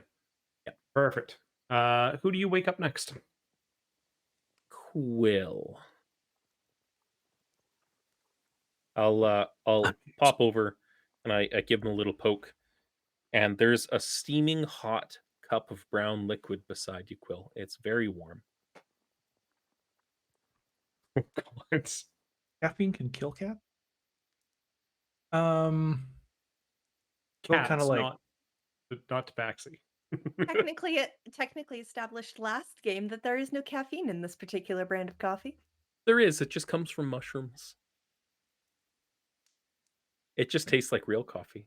Technically, so can strawberries, but I imagine Quill's probably eaten them. Probably. Quill kind of like doesn't wake up from the poke, but he does wake up from the smell. Not because it's pleasant. I've seen my cat Seamus smell coffee before. Not that I've never actually had coffee in my life. Fun fact. But I've seen him smell a friend's cup of coffee. Yes, David? Who built you? That's right. I go to bed at 3 a.m., get up at 8, sometimes go to bed at 4 and get up at 8, work my full days, and I'm always ready to go. Except I'm tired right now, but for unrelated sleep reasons. But anyways, he kind of goes, just like the cat sound, and kind of looks at the drink and goes, does his little big cat stretch and goes, well, I appreciate the gesture. Kind of like puckers back and goes, you don't smell very great. Oh, well, I'll tell you what. At the very least, it's pretty warm to hold for a little while, and you can just dump it in the snow when it's not warm anymore. You do with it as you will, little buddy. Quill decided to be nice, goes, okay, and like kind of takes the cup and goes out for his little watch, and he sits on the front steps of the temple and just kind of like, he's got his ring of warmth, so he just like instantly tosses the coffee into the snow. He kind of sets the cup back. Am I supposed to roll a perception here? What am I doing? Liz, if you could. I'm planning spells. I clicked the wrong one. Or human. Perception. Where's my dice? There it is. Wow. David. 14. 14. Quiet night. You see the druid passed out still, attached to the tree. There is just like a couple of ravens just kind of hanging out, kind of just watching over her. I'm gonna go over, and using snow, I'm gonna put little horns on her head. Yeah, no, you put little horns on her head. And then I'm going to take 2 little icicles off of a nearby tree and kind of like put them in her mouth like little tusks. And I'm going to get real close, and I'm going to whisper, if you ever hurt my friends again, I'm going to make sure you have the same fate as that other dumb elephant. And pull back. And I'm going to go back to the steps. And Quill's allowed to be angry when no one's around. Oh yeah, no, yeah, that's fine. That's fine. Good. And he kind of Good laughs as he character says that because, like, he's not tough. He knows he's not tough. If they weren't asleep, there's no way he would have done this. You know, it's interesting you were talking about like not having coffee before, because this reminds me of that meme of like considering murder, and then you drink the coffee and it's like too dark. Contemplating murder, much better. Yeah. No. Quill Adding chuckles cream, yeah. to himself because he knows that he would take a lot more for him to be able to say that. But yeah, he goes back to the stairs and he's actually going to build a little arena out of snow. Okay. So you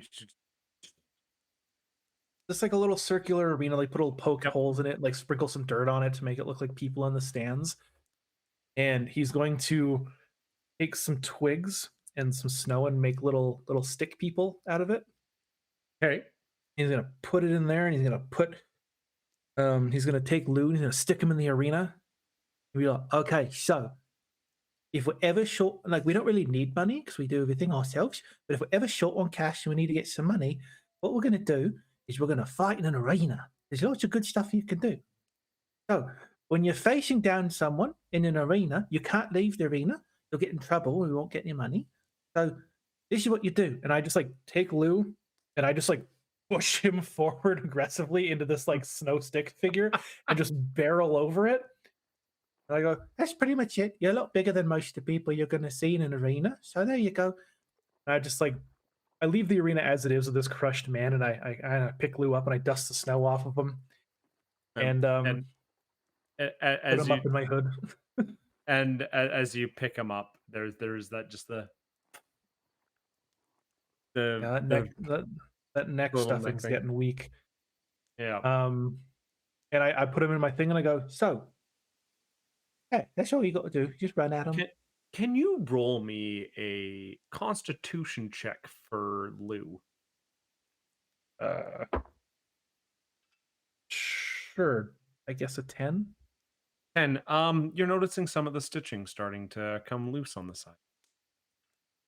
Quill just goes, ah! Oh, no.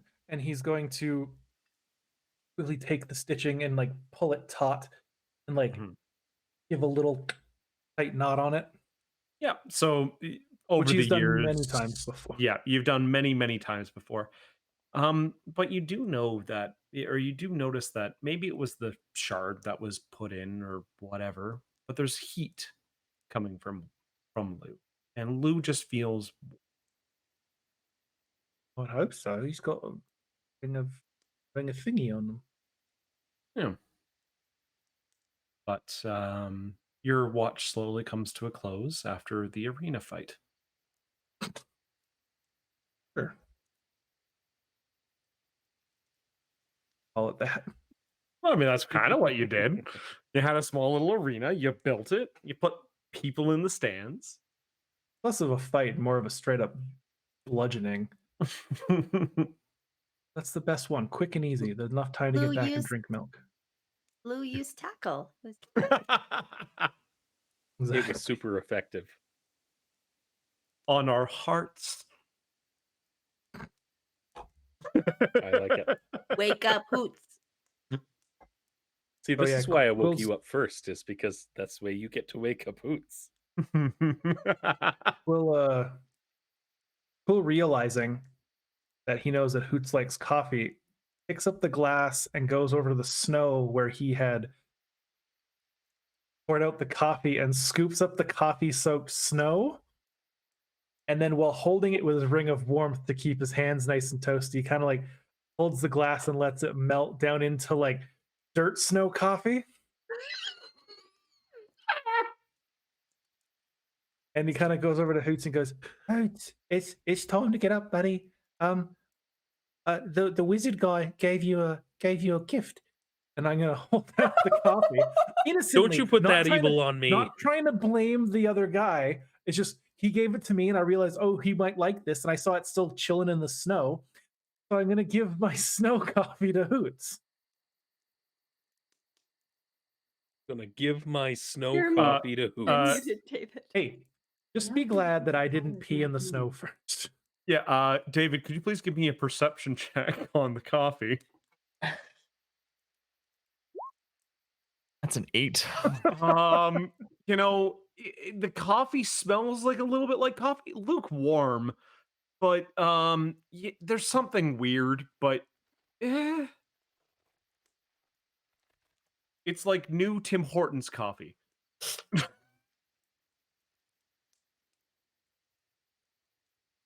I guess this mushroom water not looking so bad now, huh?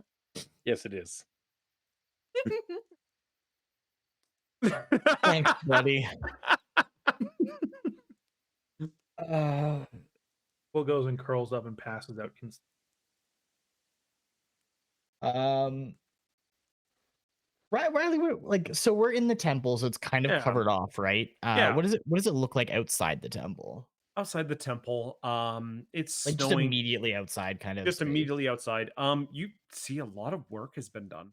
There's like almost like pagoda type things kind of lining a path out. And there it goes around like a prayer slash meditation area, and then it kind of goes out to the lake from there. And part of this temple was in the lake, but it has been pulled up and kind of moved a bit just to kind of get it back onto proper foundation. It's starting to snow slightly, and when you look up, you see the approaching storm. It's going to Okay. be a nasty day tomorrow. Okay. Yeah, I think Hoots is gonna spend his time with the book that he got from the library. Oh, right. Which one was that one? Oh, that was the Transmutations or spell circles inside gears. right. Okay, well then. Yeah, give me a perception check and I will then give that to you.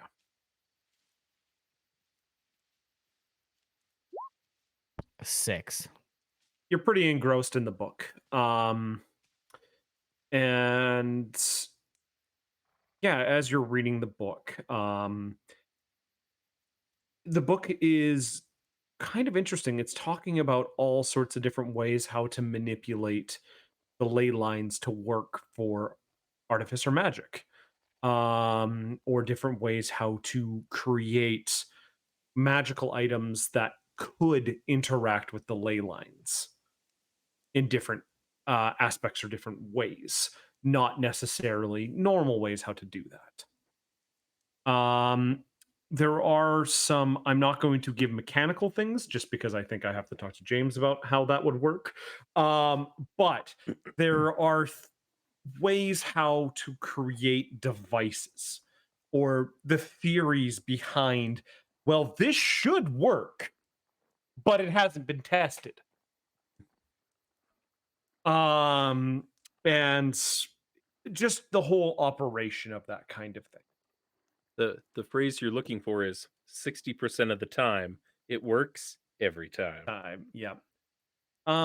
You do hear off in the distance what sounds to be like the cries of either elk or moose, like way off in the something that's hauntingly familiar to you.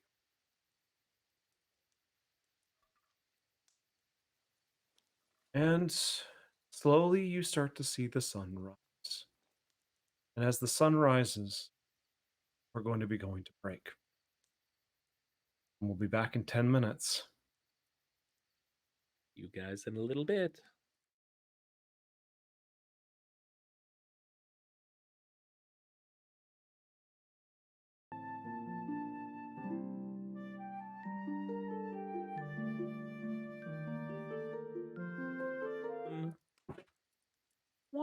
Why, and we're back.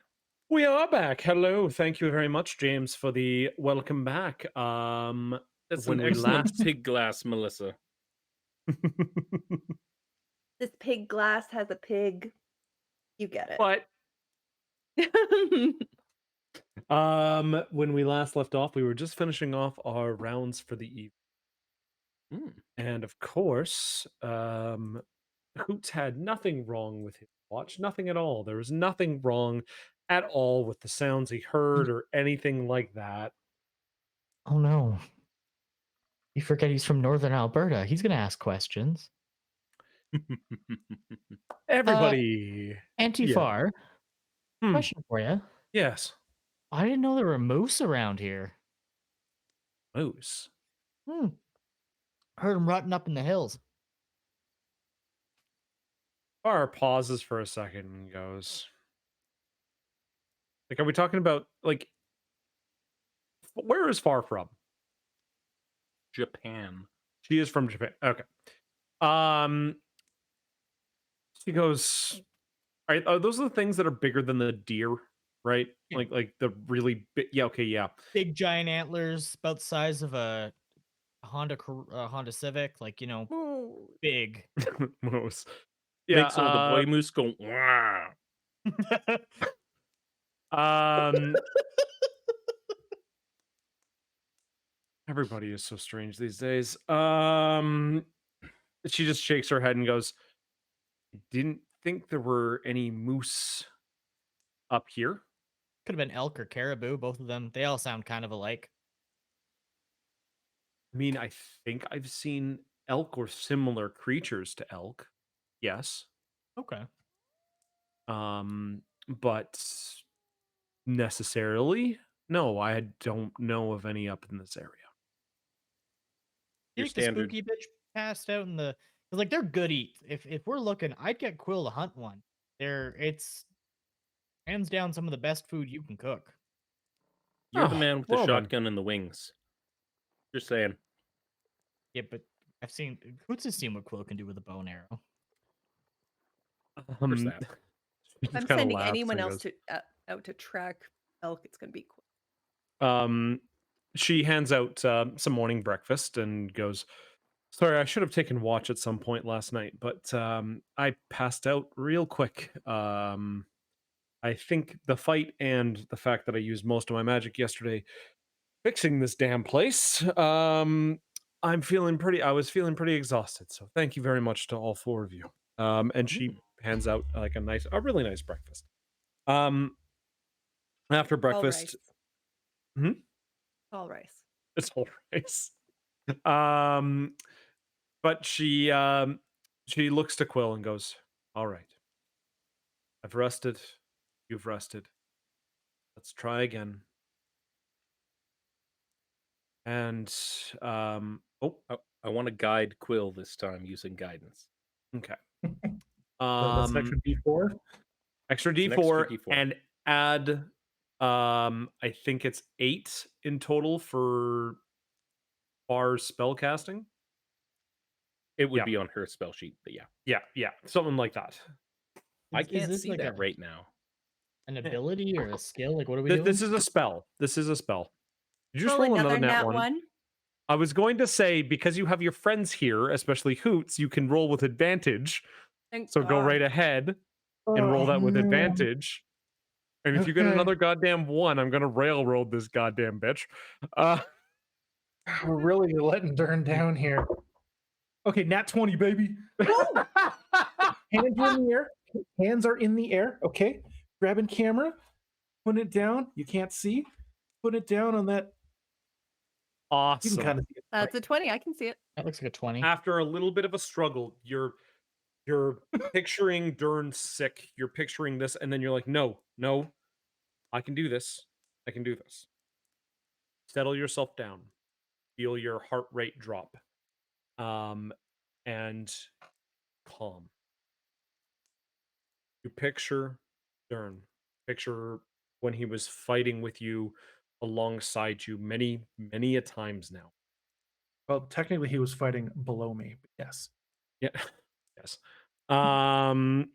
But you take your time, you breathe. And then in front of you, a small window basically opens. And you see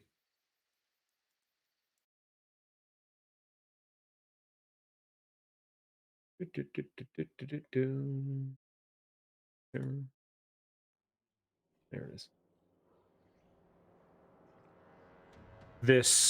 In this portal, you see this massive creature sitting on this throne of gems, surrounded by these chittering blue creatures. Are all of the creatures the same creature, or are they blue things of many different types? They're different sizes, but It's not like blue dragonborns, blue. No. They are the little gnomish things, all twisted blue, tiny creatures. And you see this thing with its hand over its giant eye. One of its eyes, giant yellow, ugly, pulsating thing. And you just see it with this giant club sitting in this chair, smashing it on the ground. And it's just, where's my champion?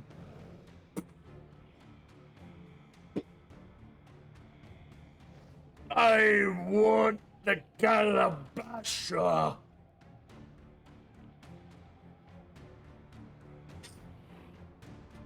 And you just see rocks falling from the ceiling. All of you are seeing this in front of you in this portal as this thing is looking like it's concentrating. Can it see us? No, it can't. Can it hear us? Nope. This is a scry spell. So you can't. Okay, so I can't step through the window. No. Quill is yelling out anyways, just like, "Let go of my friend, you moron! This is not nice. Give him back. We're gonna find you." He's just yelling. Yeah. As this thing is just crashing and thrashing about. And as the portal slowly starts to close, but you can see Far trying to see details. What she can pick up from this. Anything. Roll a perception. And, of course, actually, you know what? All of you roll perception. That's an 8. I am too focused on this angry man. An 11? 16. 21. Okay. You pick up on something very quickly as this scry is starting to close. The gems.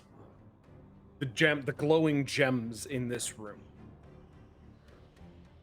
You had been, or not you personally, but you know of wizards and other people in the womb that seek out those gems, and you know there is a location close-ish to you guys. That there are cave networks close by that would definitely be similar enough to this.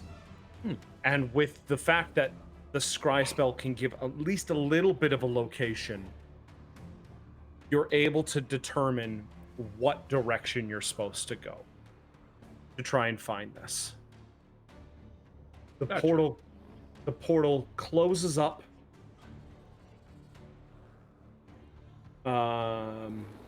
As quickly as it opened. And it's quiet. Drawing magic is a trip. Far goes, yeah, it is. That was the thing that he got the Calambasha from, wasn't it? Boots, you seen that feller before? But you do recognize the Svarts. Yeah, I was gonna say we killed a lot of the things that were dancing around him or crawling, whatever the fuck it was they were doing. The direction we know, is it towards where that hole was that we had gone into? No. It is deeper into the mountains. Like north of the lakes here. Yeah. You mean like where there was smoke out from? No, that was the original area. Yeah, this is kind of newer. They've kind of gone to a place to um not rest, but kind of just hide from winter kind of thing Hold up. is what you can kind of guess. Did he have a big bulbous looking eye on him? Oh yeah. He was having his hand over his eye Okay. as he was trying to concentrate on this curse. That sounds like Well- a video game weak spot. Make sure that you apply your aim marker to it. And, Yeah. let the computer do all of the aiming for you. And Far just looks at the four of you and goes, "It's about a day or two journey from here, but it's through the mountains." I don't care where it's through. I don't care if it's through another woolly mammoth. Let's just get out there and help them out. Riley, as part Mm. of my astral trance for the night, I've swapped my stealth and survival skills based on the survival thing that you gave me. Yep. I thought you were going to do something like that. That's fair. Mhm. Because you guys will need survival, I can tell you that much.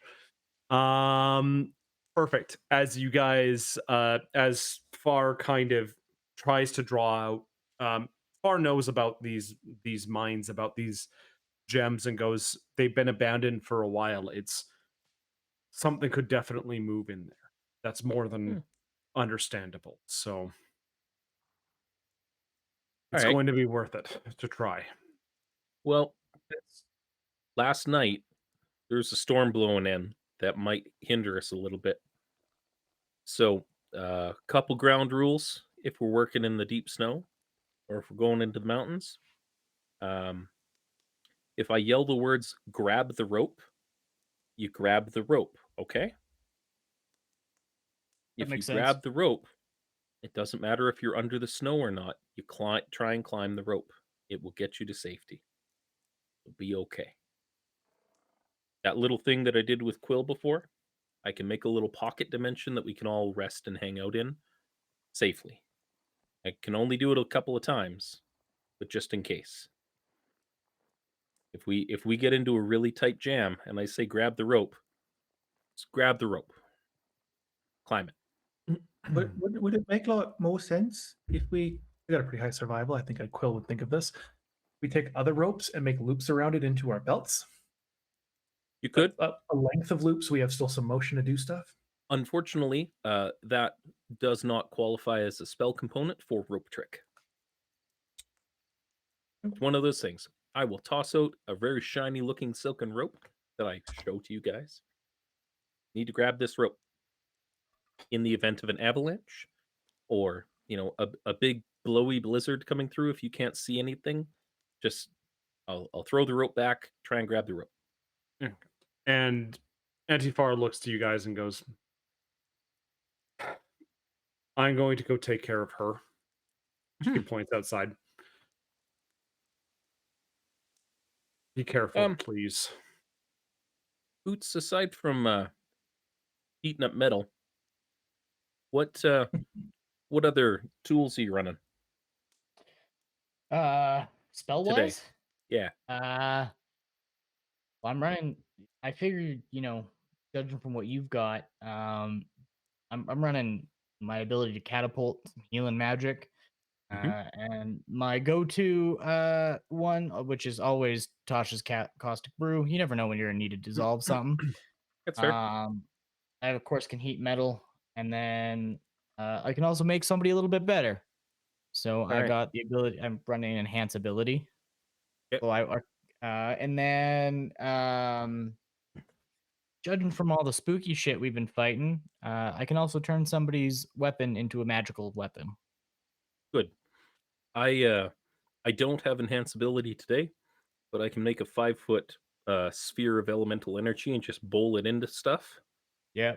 I figured that's probably safer than being able to give Quill the ability to breathe fire like a dragon.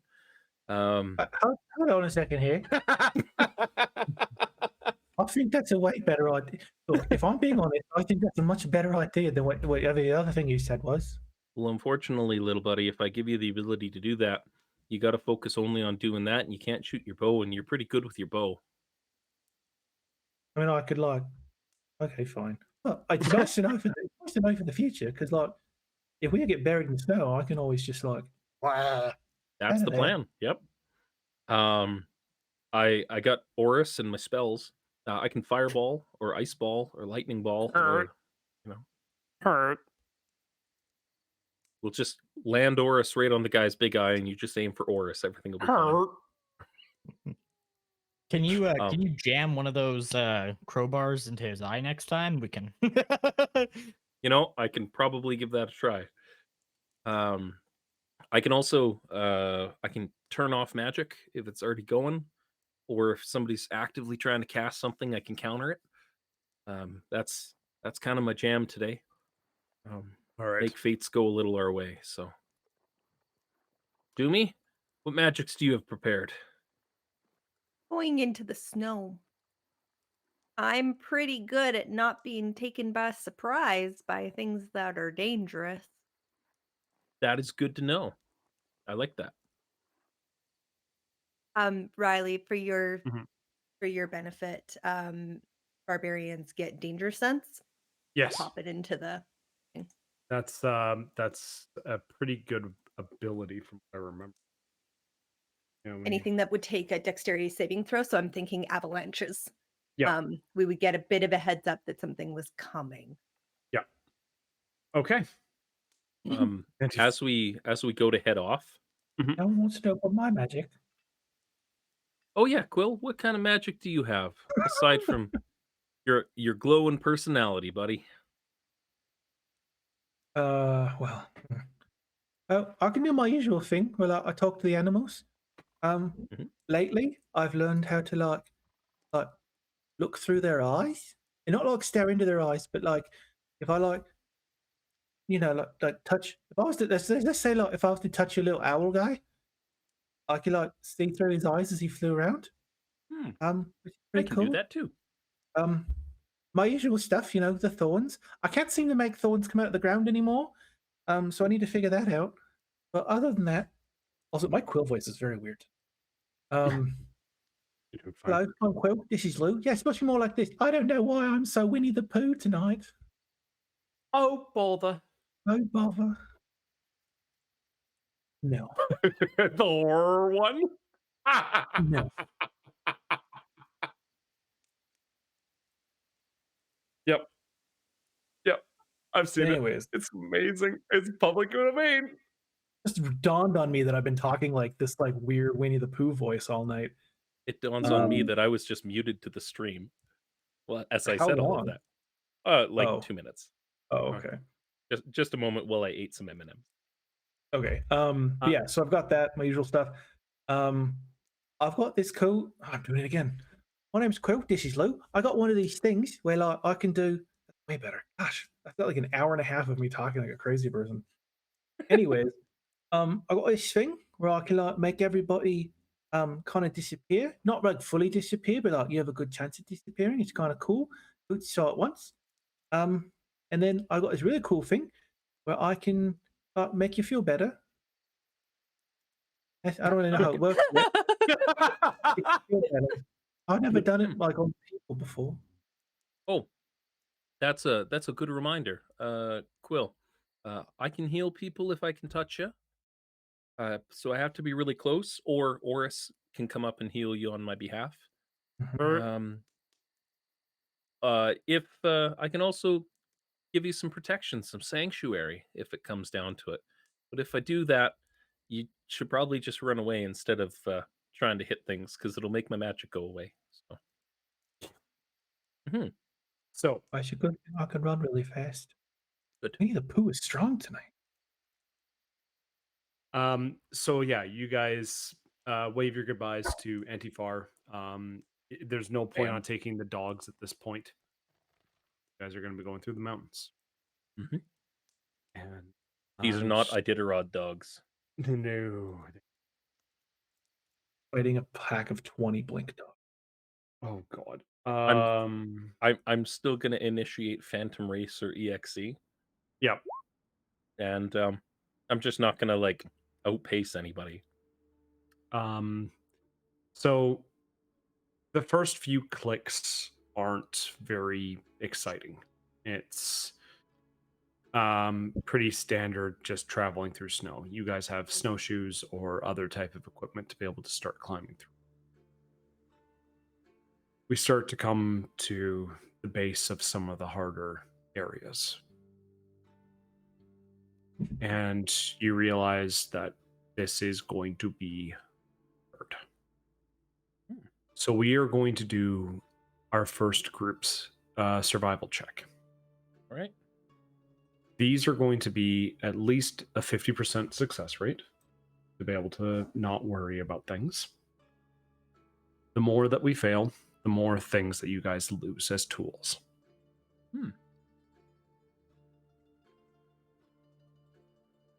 And so, let's have a quick survival check as you guys start to climb. 27. Natural one. 9. Oh no. Oots. Hold on, sorry, my Firefox froze for a second there. Survival, you said? Yep. An 18. You guys are successful. Auburn and Hoots, kind of with the plans that you guys have had, definitely start to try and just get the group together. Doomy, this is not exercise that you're used to necessarily. No. And this is crazy, kind of like, oh yeah, this works out a different muscle group than I'm used to. This is something completely different. And Quill, you're used to more of the forest type terrain. Mountain terrain is very different to you. I know that you've dealt with giants and stuff like that, but not necessarily this kind of high up. I mean, technically, no. I do have my abilities that make me that just for no, it says wilderness. Does that count for being in anywhere? What are you looking at? My abilities. Yeah. You want to share it? Which ability specifically? Sorry. Let me just pull out the player's handbook and I'll look at abilities. Oh, wait. What's the thing in red? What's it called? Oh, I'm just looking at my gosh, scroll up. Right, the system is broken for me right now. 1 second. There we go. Deft Explorer. Okay. Gift Explorer. Gift. DEF? So because you are an unsurpassed explorer and survivor, you get skill proficiencies and you get languages at this level. Okay. Things like, what did you choose as your expertise at level 1 for Canny? I could not tell you. Which of your skills is much higher than the rest? Stealth? That would have been your Canny ability then. Okie doke. Yeah. Okay. So, again, this is very different than the normal kind of area you're in and deal with. And you guys are kind of like, oh God, what have we got ourselves in? As you guys start climbing. As you guys get deeper and deeper into the mountains, the snowstorm starts to hit. A blistering wind cutting like knives starts to hit you guys. The ring of warmth is helping, but it's still not great. I would like everybody to make a constitution check as you guys are going through this. Check or saving throw? Saving throw. I'll say saving throw. For which? Constitution. That's a 26, good buddy. On a net 22. 8. 16. 9. Okay, so Doomy, Hoots, and what did you get, Quill? 16. 16. Doomy and Hoots, you guys take 6 damage as you guys are climbing. Obviously, you had long rest, so you are at full health. That cold damage by chance? Yes, it would be cold damage. So yes, it does half for you. I am resistant to cold damage. Yep. Me So half damage too. too. For the people who passed, you do still take 3 damage. So, and yes, that does go down to 1 for you, Quill. As you guys move through the snow.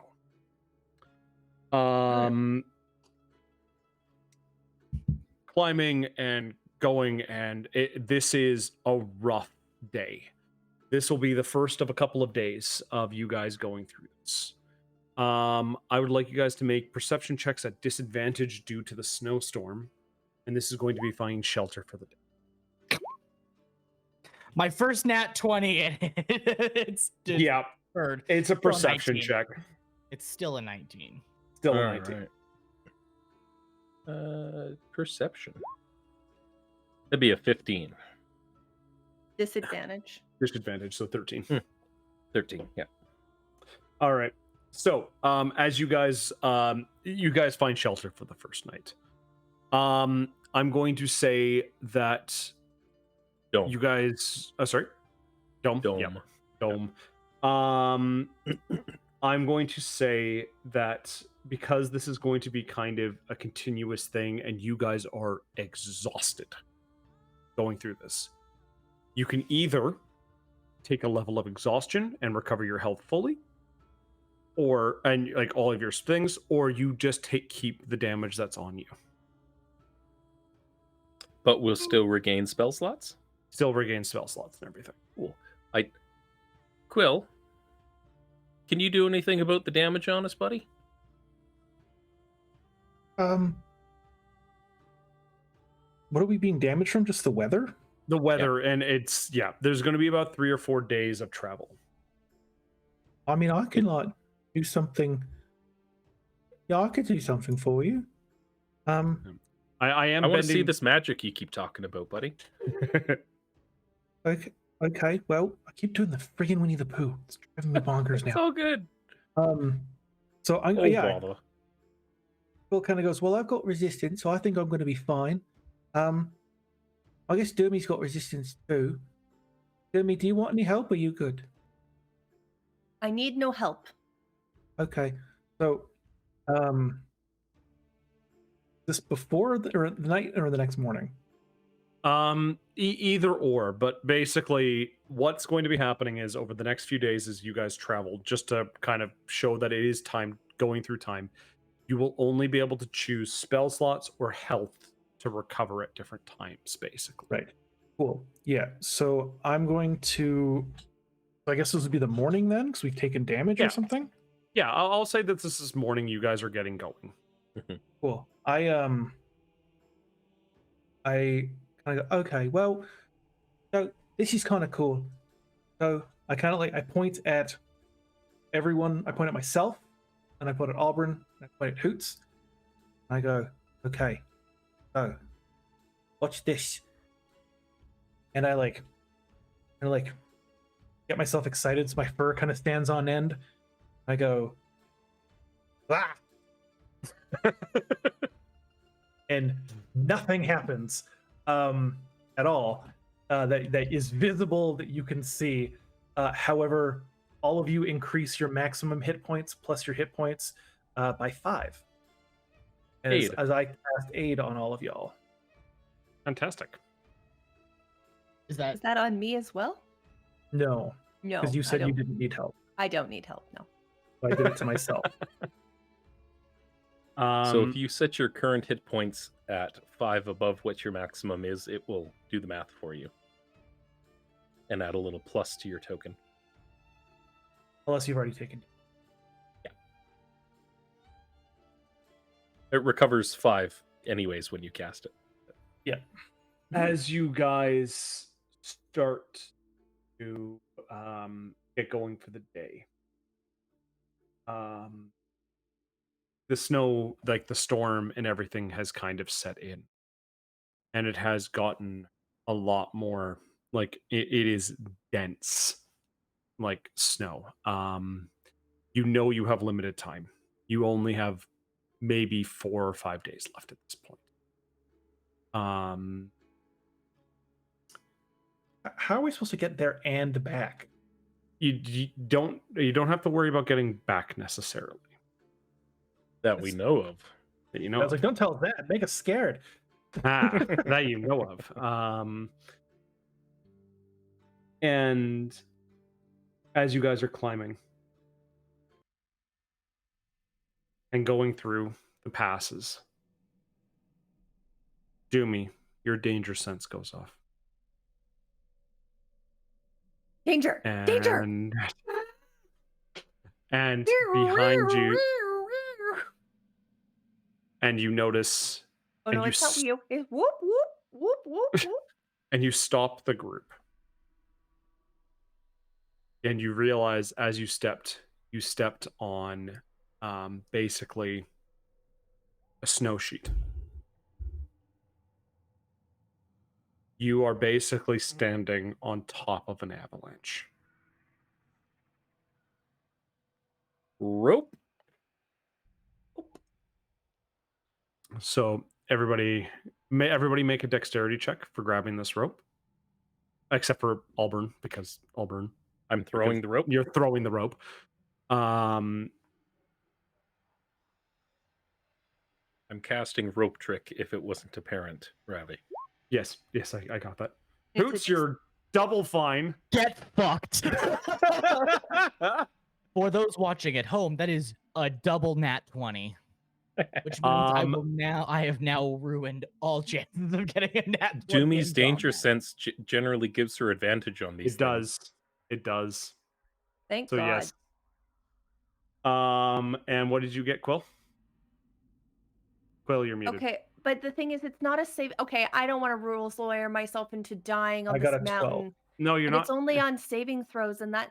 This is. I would say that this is a saving throw. Okay. Yeah, you said Dex, Because didn't you? I did say dex. I mean like dexterity saving throw. I get those messed up all the time.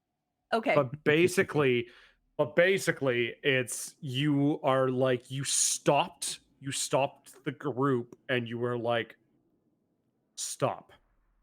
It would have been hilarious though And- for her to just turn around and be like, danger.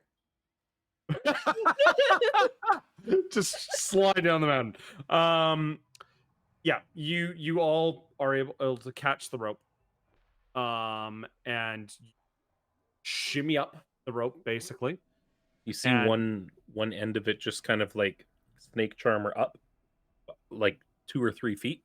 Yeah. And I'm like, if you hand over hand to the end of the rope, and I like pull myself in, and you see only my bottom half hanging out of like an invisible window, and I like flump in, and you see an arm stick out that's invisible, like up to the shoulder, and I wave, and Yeah. I'm like, come on, come on. Yep, you all get up there pretty quick. And as soon as Doomy steps off, just see this giant sheet of snow just crumple and start falling down the mountain.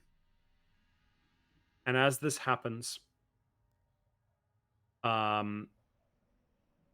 a cave entrance is unearthed.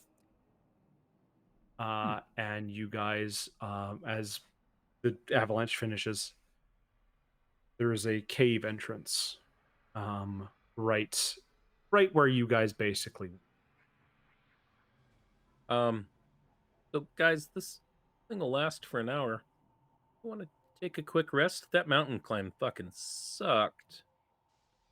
It's reasonably temperate in here. Yeah, it's actually it's nice-ish. There's a Did you little bit of a decide what- wind. Did you decide what the inside's like? Yeah, it's not a magnificent mansion. I make it using powdered corn extract. So everything's just kind of like lumpy. I was about to say, can I describe this room? Absolutely, go for it. So we are in about a 10 by 10 room here. Give or take 10 by 10 room. And for some reason, there's a receptionist desk at one end. And 3 lines of chairs of like kind of not comfy, but not like uncomfortable. Like it Look, it's a call center. It's not great, and there's a small tag that's like slightly damaged that says Doctor something something, and you realize that this was a doctor's room in somebody else's dimension or something like that that is now defunct. And yeah, these are just it's a doctor's office. There's a slow hum in the Yes. distance, and it sounds like servers for some reason. Yeah, exactly. And there's that smell. There's like that, just that. It's almost tangible. The smell of sterile. That you're getting from there. But yeah, you guys can hang out there for a little bit. And If it's just an hour, I'm gonna go hang outside. I don't like it in here. Interesting tidbit. If you climb down the rope just a little bit outside of here, you can shoot things and then climb back in and be safe. And climb down the rope and shoot things and climb back in and be safe. Pretty Okay, nifty cool. trick. So Quill's going to go and hang from the rope. You could be invisible, but instead you'll be a flying cat. I don't like doctors styled offices. I don't know why, but something in my little cat brain is not enjoying this. Oh like it. no. Yeah, you don't like that. You don't like that space. No. I apologize. I kind of forgot about that. You forgot about it. I wrote it and I forgot. I know. We come to the D&D for the trauma. Yes. Stick around a few more hours for the drama. So as you guys are getting everything kind of or just finishing up the little bit of a rest, Quill, you notice that cave that's down there. Mhm. I would like you to make a wisdom save. Wisdom. Interesting choice. Mhm. That will be a 10. Quill, something's drawing you to that cave. You are compelled to go towards it.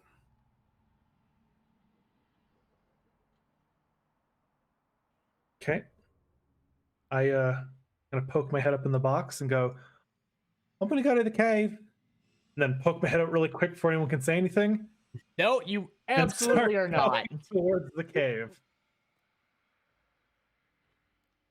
We're going to the Well, cave. Probably shouldn't let him go by himself. It's probably a bad idea. You ever think of making him a leash? I thought think- about it, like one of those like ones from The monkey moms and backpack. shopping malls used to do. Yeah, exactly. Yeah. Interesting tidbit. As a parent, used to silently judge people about those kinds of things. Now, as a parent, I understand. I get it. I feel like Doomy would go and stand in like the porthole and just like jump down and just hold the rope going down to follow Quill. Okay. Make a wisdom check for me too, actually, Doomy. Because you're down the first rope first.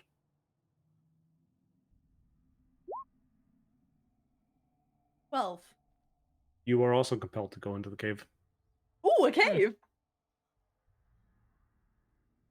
Did Hoots and I notice this from inside the thing? Roll me Yeah, a it's- perception check. I want to see if Or they're insight. just like, Insight. I'm not sure if they're just like, that's going to be a 21. Okay. And Hoots? Okay. This game. Sorry, it was insight. I've got it across. That's a 3. Yeah. Basically, as you see those two climbing down, Auburn,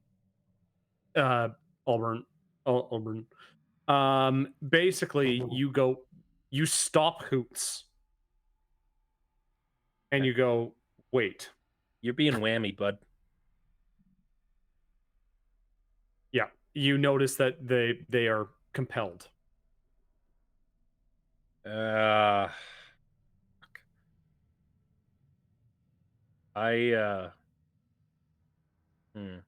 it seem like a wisdom, like mind control sort of deal? Like they're being magically Mm, I would say that they're not controlled to do so, but it's almost like a suggestion. Okay. Almost like a suggestion spell. Would I view this as harmful? It seems like they're being reckless and going into danger. A good way how to put it, I would say yes.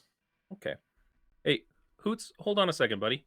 And I clap him on the shoulder, and I cast Sanctuary on himself and on myself. Okay. Okay. So a harmful spell anything trying to hit you with a harmful spell is going to have to make a wisdom saving throw against my spell DC. So maybe a little bit of protection if you're warded like that. I don't know for certain, but it's what I got. Okay. Do you guys climb down the rope? No time like the present. Down we go. Yeah.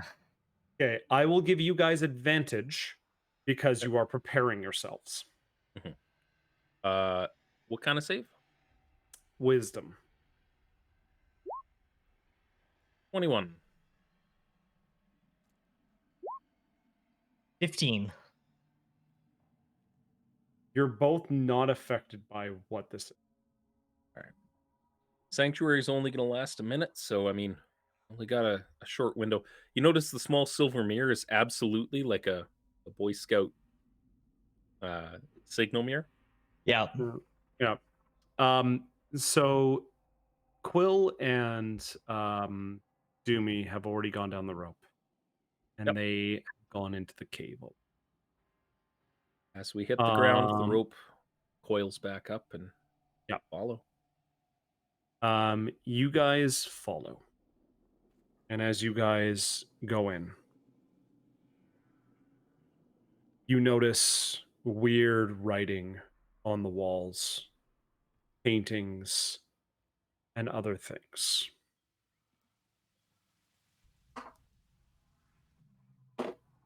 And as you guys climb or go into it a bit more, the kind of it becomes more graphic almost with the writings, with the pictures and everything like that. And you guys have not seen Quill or Doomy yet. As you guys go deeper into this, as you guys are basically at the entrance. I wonder. That language, does it look recognizable? Give me an intelligence check. This is just a straight up intelligence. 13. 13. Hoots, you can help out with that as well. Straight intelligence? Yep. 7. You get, with a 13, you get all sorts of different kind of languages. You do see Sylvan, you see Goblin, you see, like, you recognize all sorts of different intelligent languages. What's a couple different languages you speak? Just Elvish and Common. I have spells for that. Elvish and Common? Actually. Okay. Yeah, without spells, you don't see Common. And it, like, Elvish is different than Sylvan, correct? Yeah. Same alphabet, different language. Same alphabet, different language. Then you see different kind of parts of the alphabet. But it's like, it's jumbled up and it doesn't make sense. Gotcha. This looks like the scrawlings of some Lovecraftian madmen. Yeah, it's hey, somebody's buzzing.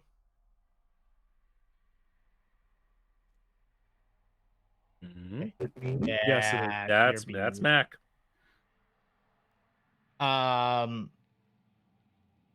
Yeah, it's looks like nonsense, realistically. Well, maybe maybe those little creatures that he had going around were like little minions or something, writing on the Um, walls, that sort of thing. It could be, but I don't know. Something about it doesn't What's look it? right. What's it written in? it is written in, I'm going to say Orcish No, and no, God. no, Oh, no, no. oh, Is what's it is it written in? is it blood? Is it Is poop? it blood? Is it It is written in what would be considered like ancient mural paint, carved, pigments? That sort of thing. pigments, things like that, like ancient scrawlings. In fact, Gotcha. there's actually, as you get a little bit more into the cave, there is a feeling that comes over you, and you see on the wall a twisted picture of a figure curling, like as if in a snowstorm.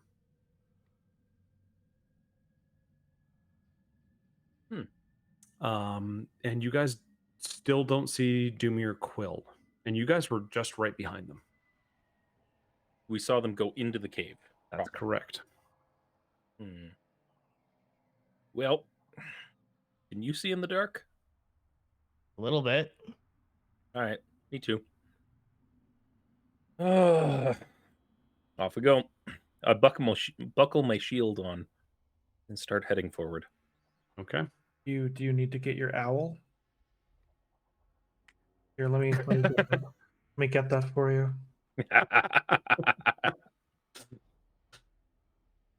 I love it. You guys start to go a little bit deeper into the cave. The scrawlings continue along the wall, and it fills you with this uncomfortable, like, ooh, this is weird. Sorry. Kind Uncomfortable. Ooh. ooh, ooh, this An feels uncomfortable weird, kind of icky. icky, ooh, as you guys get deeper and deeper. It is a natural cave, but there's something about it that feels almost manufactured.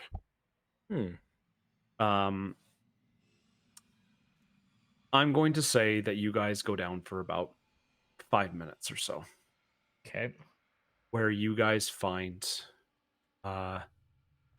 Quill and Doomy passed out on the floor.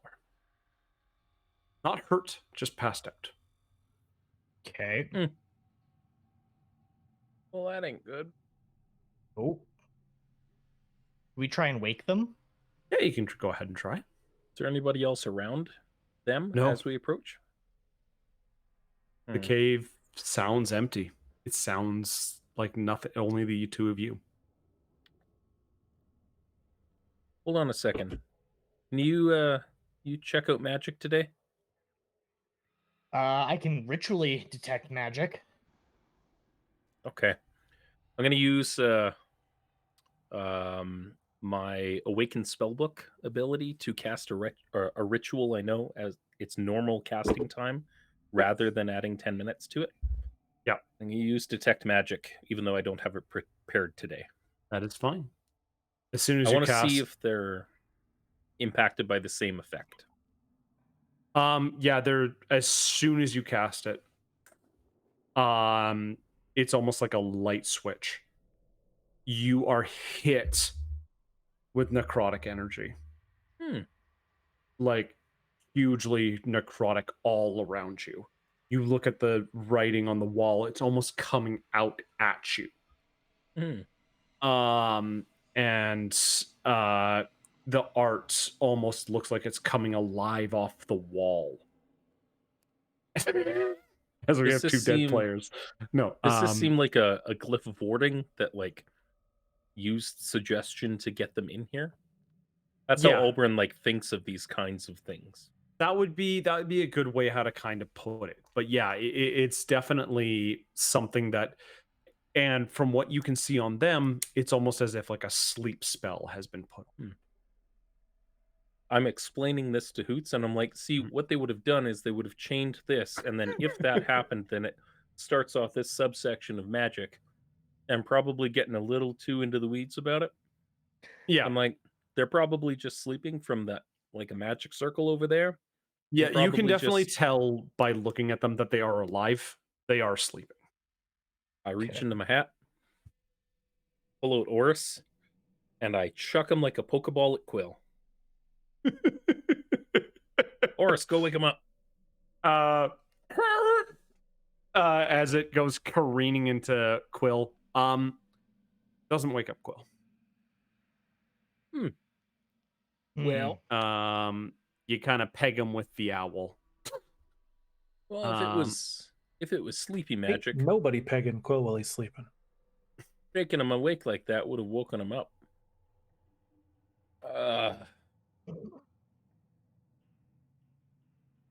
As you guys are trying to wake up Quill, and you hear footsteps Behind us. behind you from the entrance. You got company. Do. Let's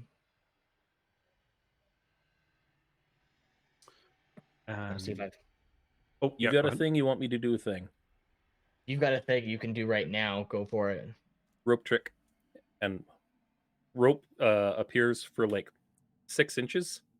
And I go, huh. And then after Hoots comes in, I pull the short span of rope in behind us. Because we can see out. Yeah. But nobody can see in. Yeah. So I want to be able to see our friends and see who's approaching. You see, as you guys kind of wait there for a minute or two, finally a figure appears.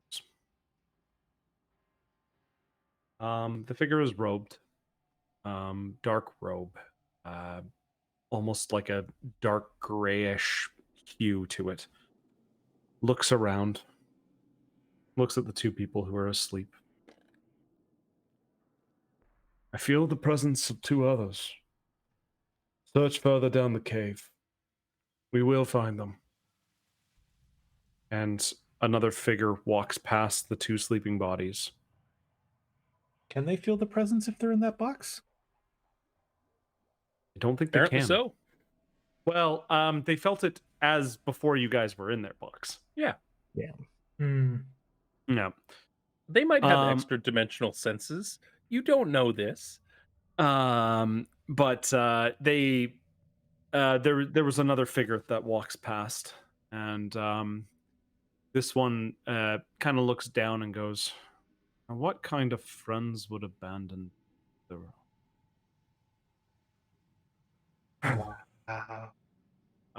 he stands up and he goes, looks around, kind of just swipes the wall a little bit, leaves them on the ground, and walks past.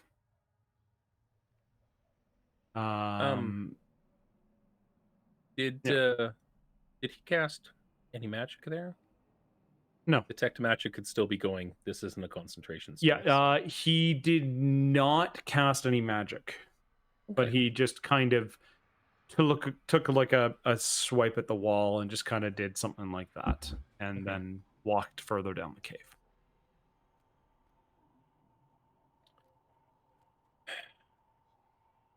What do you want to do, bud? Help me, wizard daddy. I'm stuck in a dream. Well, they can clearly sense us. They're right there. Like their bodies. They walked away. Yeah. I mean, I can jump out and we can throw them in here. Speaking about dreams very quickly. Doomy and Quill. You are both in a dark place. All you hear around you is rushing wind, snow, storms. And a gentleman approaches the both of you. Quill, you seek your friend Dan, don't you? Yes. Doomy, you seek glory. You seek the mentorship, do you not? You are muted. Well, I mean, friends first, but yeah. Yeah. I have a deal for you. I will I help don't you have a get. lot to pay you with. It's not a deal where you pay me. And he holds out a small bag. I will give you a boon to get to your friend, Quill. It will give you the strength you need to get there. But It is a favor that you will do for me. what's the favor? You will find out in due time. No, I want to know what the favor is right now. He's spent enough time around Foxglove. Yeah, I've been to the Feywild before, and I know that things aren't very good with favors and things with creatures that kind of come to you in the middle of nowhere, like where I'm currently standing. So, like, I kind of want to know what the favor is, It is planting seeds. or what do the seeds grow? That is not for you to know at this moment. Well, I kind of want to know because it's kind of important. Because I don't want to save Dern if I'm going to bring up the end of the world. It doesn't seem fair. You The bring me figure to a turns dark his room and you attention- tell me to plant seeds. And don't even tell me what they're going to grow. No one's going to do that. Trees. They'll grow trees. The trees do. Are these real trees or these mental trees? Because Hoots has taught me about these metaphor things before, and this sounds like a metaphor, and I don't like that. This is so on brand. This is so on brand. The figure turn in this dream sequence, basically think like the two of you are inhabiting the same kind of body, kind of thing like that, and it just goes, wake up to Quill, and it's facing Doomy at the moment. I was really hoping to get the other two as well in this. I will guarantee, Doomy, your mentorship if you do that. And Quill, you do wake up in the middle of the cave. Yumi looks pensive for a second and rummages around in her belt and pulls out a pamphlet and goes, I come from a line of great warriors, and I lost many family, all of them of noble blood. None of their victories were bought by cheap tricks. Be careful, the waters are falling. I would like to wake up now. The figure takes the pamphlet and smiles and gives you his own pamphlet. By that I mean he takes it and he scrawls on it in writing and hands it back to you. And he goes, very well. And before he even snaps, you are both awake in that cave. Do I have a pamphlet in my hand? You do. Guy gives up easy. I want to read the pamphlet. Here, grab the rope over your shoulder as you guys come to. Yeah. Grab the rope. Yeah. Like pamphlet. I'm like, yeah. And none of you quite understand. Doomy looks so excited. Doomy's whole life, she has been handing people pamphlets. I don't recall her ever having received a pamphlet for someone else. No, I never bought into that in Waterdeep. That was never a thing. No. So, as you guys are hiding in you hear footsteps and murmured voices further down. On the pamphlet, as you opened it up, all it says on it, it's your pamphlet because he didn't have time to get one printed, obviously, but he gave it back to you. It says, the deal is still available. If you would like to accept it, just put a drop of blood in this pamphlet. I eat the pamphlet. Please press 1 to accept. Pact. Please press 2 for Spanish. You're eating the pamphlet? Well, it wants blood and I don't want it, and I'm not taking the cheap way out. I want to eat it. It said blood. Blood is not in my stomach. I chew it and I swallow it and it's gone. You can't run the risk that some child will come across a pamphlet. Exactly. No one should take the easy way out. I eat the pamphlet. Good on you. I was hoping for a little bit more from this. Oh my god. Well, you kicked Quill I was pretty hoping quick. for You some might have been able to, dilemma. like, You captured Quill and Doomy. I am Your aware smart of players this. that would have Well- debated this were just like, nah. Nah, Quill, no. here's the thing. If you kept talking with Quill, you may have gotten somewhere. If you just bamfed him out of there like nothing. But no, Yeah, Quill had questions. Quill has been around. Quill really wants to save Dern, but Quill has also been around enough to know that sometimes you need to ask questions. And when you're transported to a spooky little dark room by a weird little man, that's probably a good time to ask questions. No, and that's very fair. I wasn't even able to get a word in with Quill, which was the funniest part about it. And it was, you know what, it just made sense that the guy was just like, yeah, no, fuck this. Yeah, the two dumbest people you could, like James said. Like it's, I'm gonna turn to Hoot to be like, oh, I may have made a mistake in like making it harder to get done, but I also took your advice and I didn't do something dumb. So there's that. You know what, good buddy? I'm actually impressed with you. You did good. You grabbed the rope both I'm times, proud. buddy. Yeah. And So Doom yeah, ate you from guys paper. are There's like currently some stuck in her teeth. She's like, "Argh." Careful, you get a Don't paper cut bleed in your on it. mouth. That's gonna. Oh, you summoned me. Hello. Hello. She's got really bad gingivitis and acted bad. I hand the dude a pamphlet, and it says, I prepared explosive rune on it today.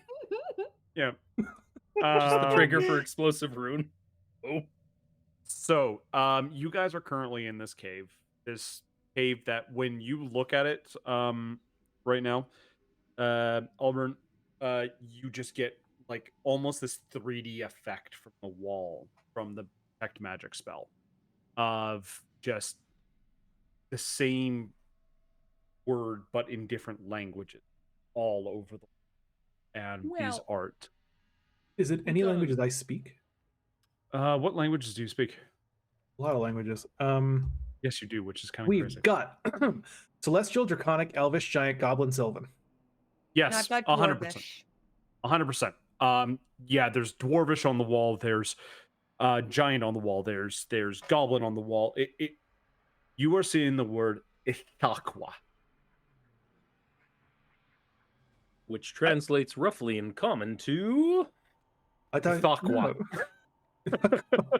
Ithaqua. Can I Ithaqua. roll a history check on my knowledge Yes, of you Ithaqua? may. In fact, if you have religion, you can also use that. Well, I have a -1 in religion and in I got a history. 0. I got You know, nothing. I dumped my history proficiency today for survival, but I'll give it a go. With guidance. Doomy got a 1. No, I got a dirty 1. 18. 18. Yeah, you have a knowledge of this. And yeah, you called it. You both got 18 on that. It is 100% part of the and from Earth H.P. Lovecraft. Ah. Ithaqua is the god of the winds of the north. Well, this is a silly place that we probably shouldn't be in. There are boots. We talked about this. You fuck with Lovecraft? I prefer not to. All right, yeah, because yeah. Huh. Yeah. Yeah. That would explain the We have compulsion to to? run into a cave. I'm gonna quickly go outside and check if there's another way around, or if this is our only option after You are the. currently in the rope room. Yeah. Oh. You're in our trick room right now. Which, by the way, this time it looks like one of those timeshares, kind of waiting rooms. There's pictures of Hawaii, and I'm going to Or like say pictures of Kauai. Probably. Japan, and a couple of other like locations to go check out. Check out Stonehenge. A random Nicki Minaj poster. Yeah. Boots takes it off the wall and like shoves it into a garbage can. Yeah. That's my So yeah. So yeah, it's you're getting a bad feeling from this cave. I'm gonna say right now, I didn't get this kind of vibe from Evil Eye Man. I don't know if this is the place we're looking for. Maybe we leave and keep going. I mean, we could go inside. They did try and whammy your friends, so we could just like set them on fire. But I mean, that's your call. Group consensus, I guess. What do you guys want to do? Want to see what's in here? Maybe there's people trapped. Maybe some other unwitting people got trapped down here. Devil's advocate. Need to save Dern. We do. Cannot do that if we're trapped in a cave with you guys being mind controlled. I am not mind controlled. I am of my own mind.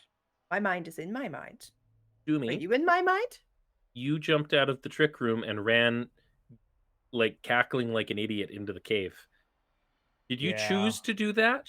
Or did it seem like a really good idea all of a sudden? Because you were really keen to avoiding danger before, and then this time you were like, fuck it! And then you just ran inside. This is what you heard, Doomy, when you descended the first rope trick into the cave. This is the Hoarders Convention. There are so many cool tools and strategies for how to survive the apocalypse. You should come in here. Well, you see, there was this really, really good idea. The people in here, they understand how to survive. And, you know, if they can bring us in, they can bring anything in. We need to go. Did you say there were people that we could talk to about this? Because I think there's just been a misunderstanding and they know what's going on. So we should go. You were lied to with magic. Magic doesn't lie. Magic makes my sword turn into a flame. Oh, honey, magic lies so much.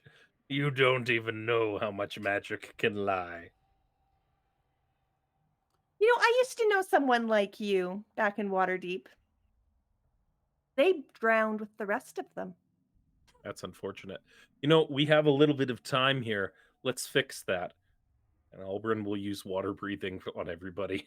Look, if there's an underground cave structure here, there might be ponds and pools and things, and icky tentacle things to drag us into those ponds or pools. I would feel a whole lot better if everybody could breathe water for 24 hours. I honestly, okay, so sidebar, I honestly don't know whether we should go into this cave or not. I'm asking the group. Okay, so Doomy does not correlate that this was a lie. That's not in her way of being. She wants to go into the cave. Did Quill tell us what he saw? When Yes. he was like, did he get a good look at the face of the thing that was like offering him? Yes. It was a man. Okay. What did the man look like? Plain. You would struggle to give a description of the person. I would like Yeah. to say a poor man's Willem Dafoe. Yes. Sir Yes, Willem that's Dafoe. perfect. Gotcha. I would like to go. I kind of look to the group and I'm like, I mean, like, if we have to, then we have to. But I like to like go outside and look at the place to see if we can go elsewhere. If we can't, then we kind of have no other choice. But I would like to see if there's another option. Boots, what do you think? Your friend. My gut says, like, all forms of common sense say not to go deeper into this cave. This is where we found the Zarts before. We were saying, like, in a cave similar to this, and considering the amount of snow we just knocked off the side of a mountain, I don't think we're going to find that other cave again. Other cave. There was no other cave at this moment. The first one. Completely different area. So the first one that you guys went to get the Calabasha is down by the temple with Antifar. Yeah. Huh. But like finding it's probably going to be impossible with the amount of snow we just knocked off the side of this mountain. But you're not trying to find that. You're not trying to find that cave. Yeah, but like that was the only other place we saw Zarts. Oh, before, yeah. right? Yeah. So we say we've seen Zarts in this mountain before in a different cave. Finding that same cave probably not likely. So there's a good chance going deeper in this cave is going to put us. Worst case scenario, we could bag one of those dudes wandering around and ask them some questions. Can you speak with dead? Yeah. All right. I've got some stuff with undead. And What? What, Doomy? don't When mind me. Doomy dies, it doesn't take diamonds to bring her back. That's what she's got with undead. If we kill them, they won't die. People don't die. They're tougher than that. People don't die. No, if they die, they were unworthy and they should die anyway. I mean, technically, Dern died like before this. A few And weeks then ago. he stood because he was worthy. Well, no, Like it's more 3 because we times. got like kidnapped to the Feywild to help like our king get some stuff back. We fought crows. I don't know what it was up with crows. We had a lot of crows lately. But yeah, don't worry, and he still died. In the timeshare, the door opens and there's like a Kenku that just walks in and sits down. Waiting. Just waiting. Look, I'm just gonna put it out there. I don't make this space like myself. I just like borrow stuff. We're running out of time. We got like 7 minutes left on this spell because it only lasts an hour. Only lasts an hour. First off, they rewrote Kenku so they can have their own voice now. Just gonna say. But this one chooses not to. Don't judge him. Don't judge him. Get with the times. What all right, so Bro, who's Polly's gonna thinking want a maybe snacker. we follow the cave structure, see if it comes out connecting to something else and we get lucky? Yeah, it's kind of our best bet. I mean, we knew we had to go up the mountain anyways, and best case there's an opportunity to find what it is inside here.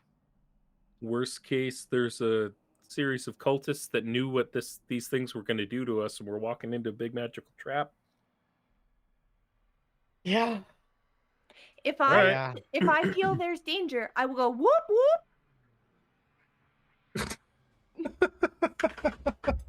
All right. I guess we're going to why don't we send Okay, that owl so- familiar first? Yeah. Yeah. All right, Oris. Time to go, buddy. Oh, So, yeah. can you see through his eyes? I can't remember. Yes, I can. Okay, so I don't need to worry about my thing. All right. You So- can't see through his eyes because he's not a beast. Ah, okay. Oh, So- right. Yeah. That's a good point. He's basically Steve. He's basically Steve. He is Steve. I can make him look like Steve. Please don't. Please don't. So you're gonna send him down the tunnel, Yeah, right? Okay. we could and just so chill right here for a little bit. How far can he go Well, before you 7 lose minutes connection? now. 120 feet. Oh, he can fly that in like an hour, right? Yeah, you can just But we only whip have down 7 and back. minutes. So yeah, you go down and you start, or the owl Mhm. starts to, he flies out the bottom of the rope trick and he starts to go down the tunnels. Again, more of this writing and other kind of things all going down this tunnel. Um and when it gets down towards the bottom, you see 6 men all kind of around this pyre. Um, I or am well, I should say 6 figures, like around a pyre. I am verbally recounting with my mouth, as I am blinded and deafened while this is happening.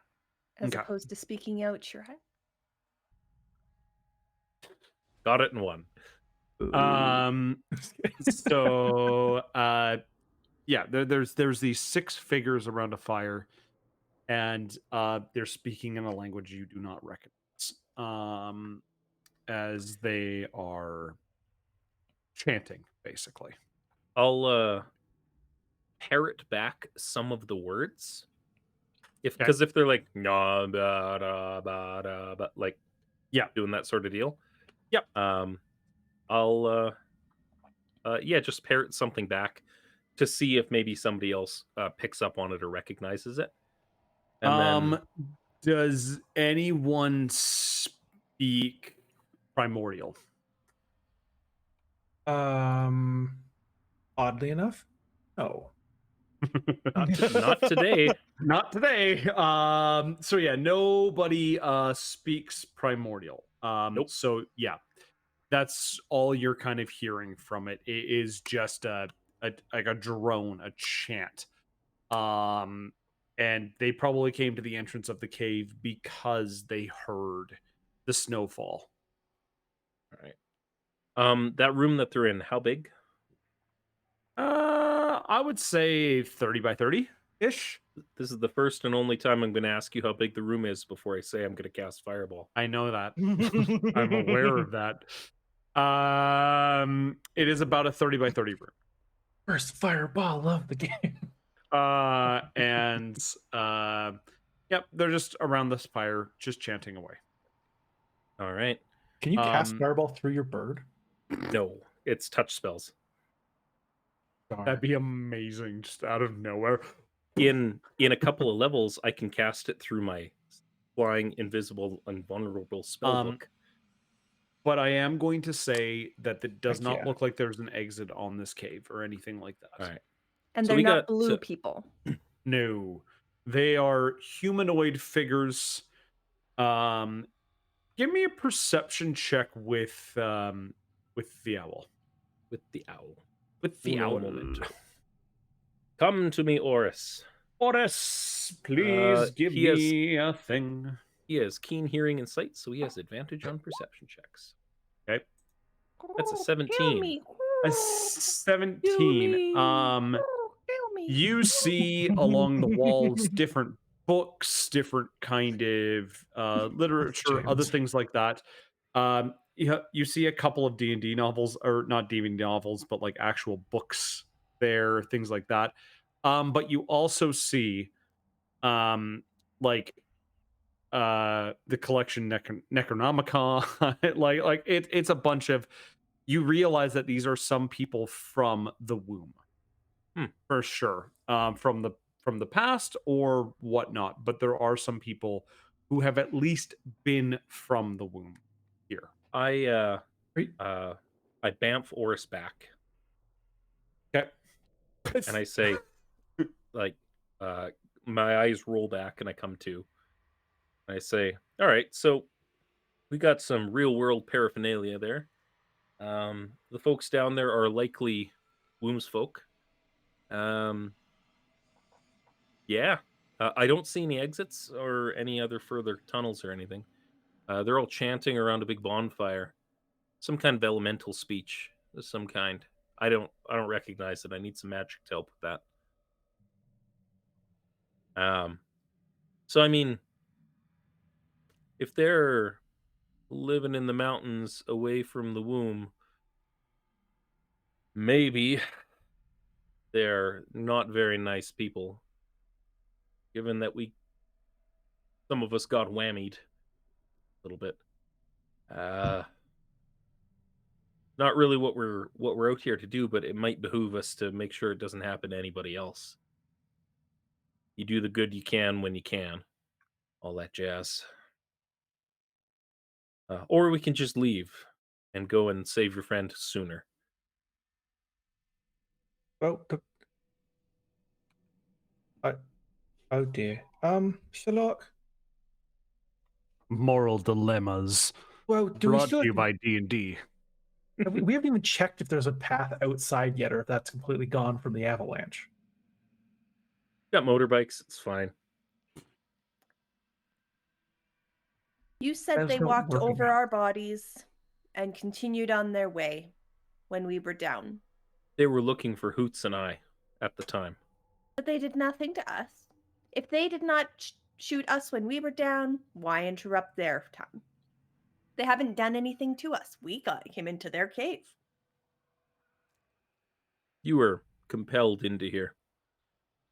But Well, unless you want to talk to them about your That's a good Doomsday point. Prepper program. I ate his pamphlet. He obviously has moved on to the next door in his door-to-door salesman technique.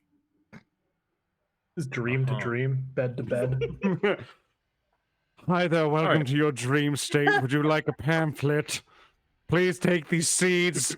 Oh God, where do I sign up? Can I do So- that? That's what I want to do for a job. Says Doomy, So- not Melissa. Hoots. Give random people their seed. I-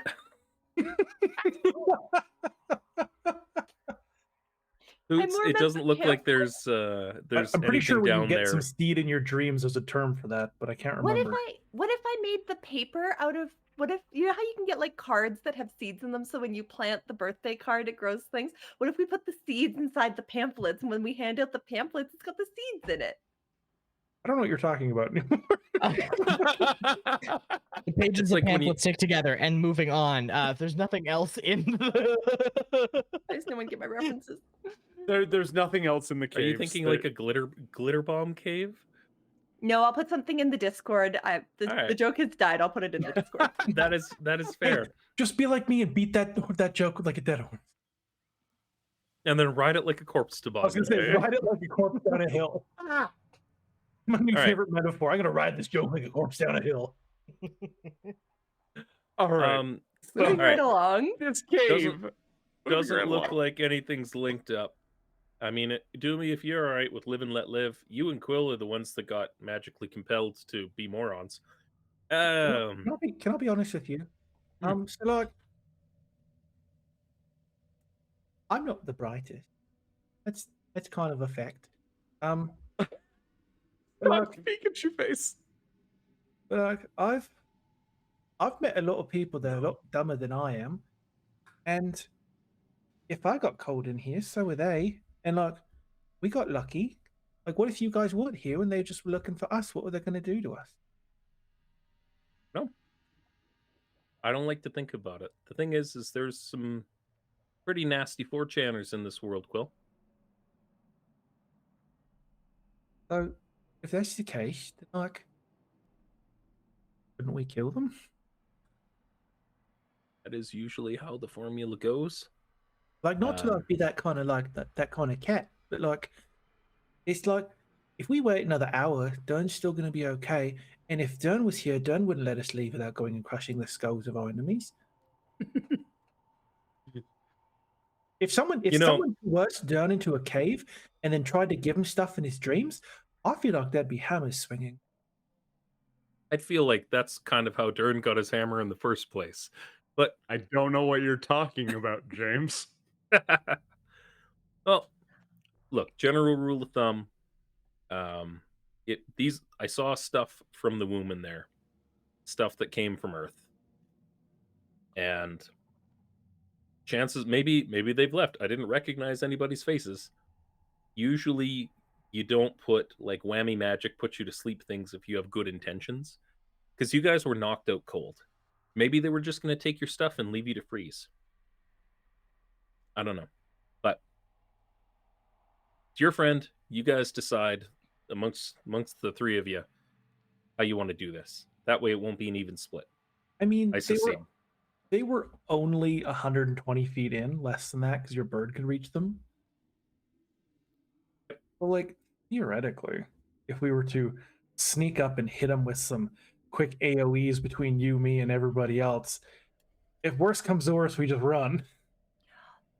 I'll tell you what, I'm willing to do the right thing as long as it is a fair fight. We do not sneak up on them, we announce our presence, and we take them like the champions we are. I'm going to be honest with you. I don't think that's a very good idea, because they didn't do that to us, so it seems fair that to keep the level playing field, we sneak up on them. I'm going to say. Nothing. There's just the man in our heads that are doing things. I'm going to away. say that the time is up on the extra dimensional thing as the Bye, Mr. Kenku. Kenku. Yeah. Come on, Mr. Kenku. And you guys are standing in the cave. All right. 120 feet down. I don't know. Well, that's the thing. I'm conflicted because, like, I want to save Dern, and we will save Dern.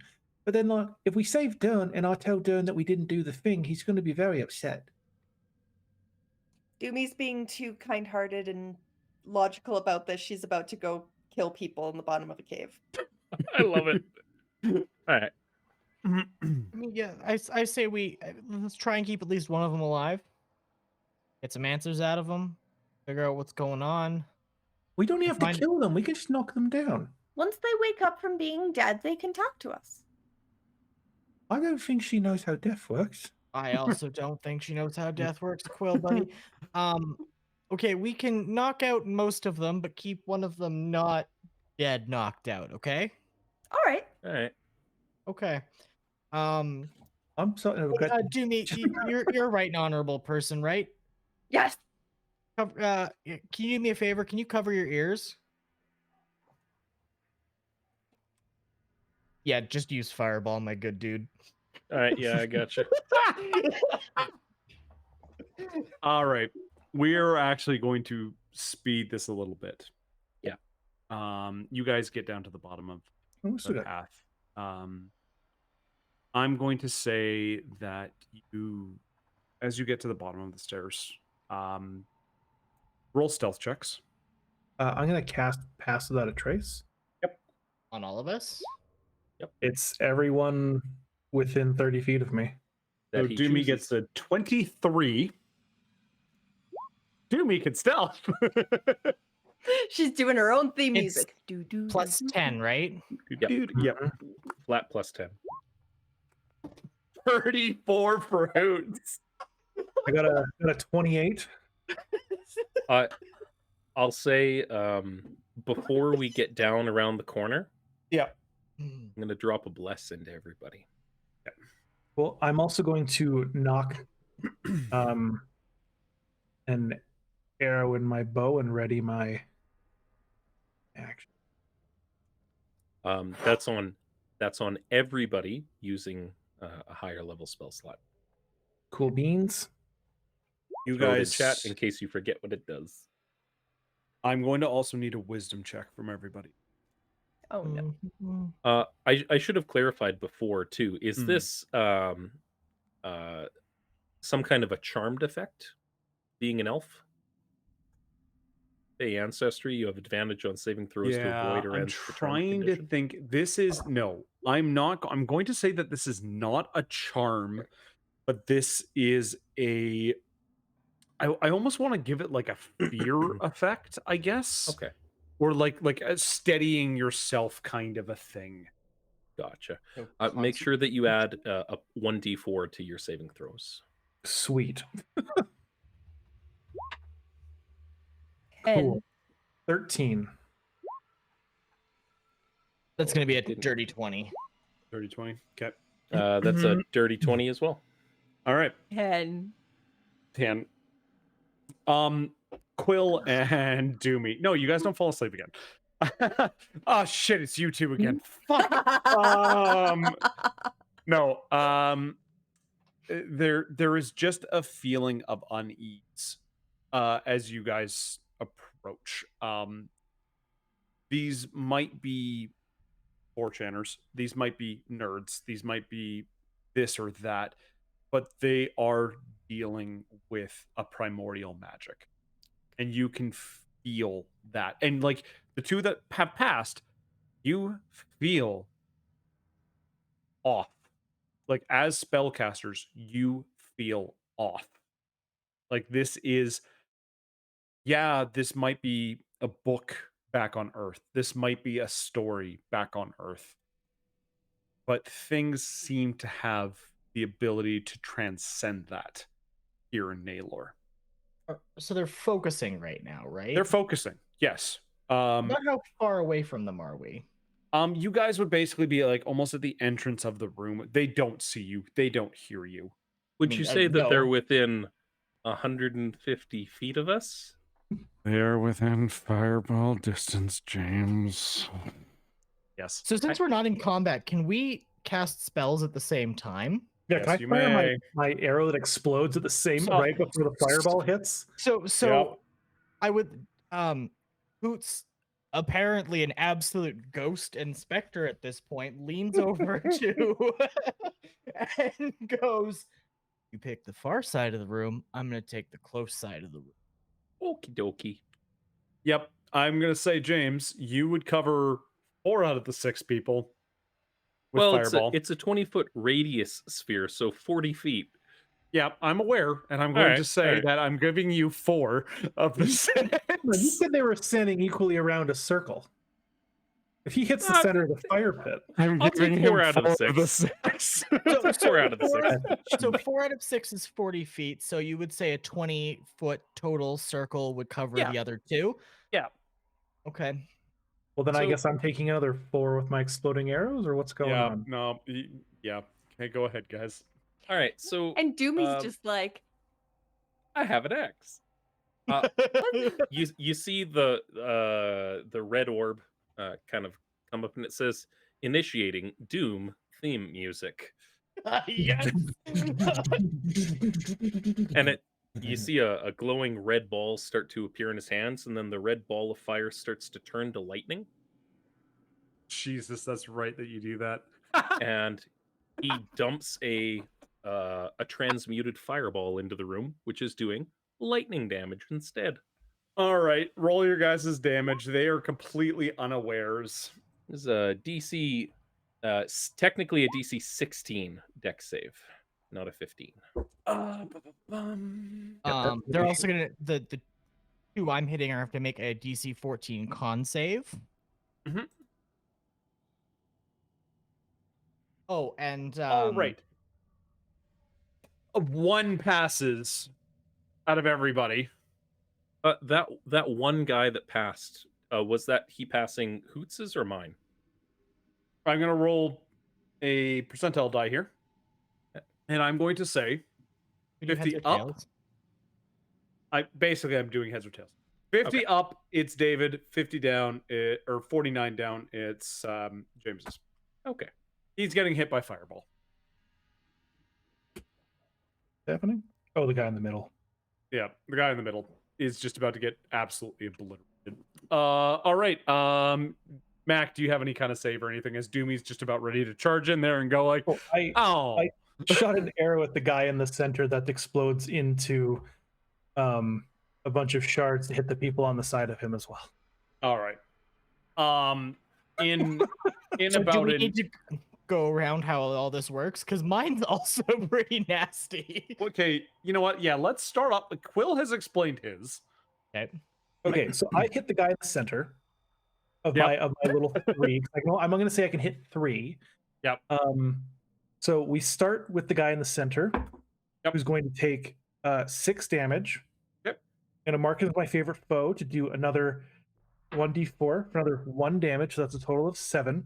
Then the Yep. arrow that's hitting him is going to explode. Now, question about this. Let me just make sure. Do they get a chance to make a dex saving throw, or are they just so entranced in their thing that they don't? They've already made their saves. What do you mean? They have made their saves. They Or all failed but more one accurately. have failed. For I dexterity? I Yes. rolled Yeah. Shit. Cool. So then the 3 that I did did they all make? Or did they all say, or did they all fail? Like I said, one guy made his save. He's getting hit by fireball. Cool. So I've got 3 people then that are failed. Yep. So I'm assuming we took different quadrants. Yep. Cool. They all are going to Basically. take another 1d10, which is another 5 each. Yep. So one guy took like a bunch, the rest take 5 each. Yep. And then it moves on to the next one. Okay, fireball. You know what, David? How about you go first? Then we'll do the fireball last. Hoots extends a hand from his thing, and he snaps. And in a point between the 2 guys, at first it's a, and then as it kind of expands outwards, it's a thunderous boom. As Hoots has cast Shatter, so they're all gonna. The 2 that are around him are gonna take 17 points of thunder damage. Yep. And any non-magical 22. 22. You upcast it. Oh no! Cast a second level. Arcane Oh, sorry. firearm. Yeah. So sorry. Yeah, 22 with arcane firearm of thunder damage because I always forget about that. And anything that's not being worn and is not magical is going to be destroyed as basically a sonic boom occurs in between the 2 people. Even if they live, I want to hear James think. This is all happening literally at once. All 3 of us at the same time. Yeah. All right, finish off with the fireball, so please, they're sir. pelted with a bunch of shards of bullshit. And then after the thunder comes the lightning. As it just like you see them start to ricochet back, and you see electrical energy just like rippling through each of them, going from like in one dude's finger and out another dude's leg in a massive plasma ball that just roasts everybody into the ground. And everything just smells like ozone and like, unfortunately, doctor's office. Yes. I'm going to say, it was brutal. It was so quick, so brutal. Doomy goes to go like,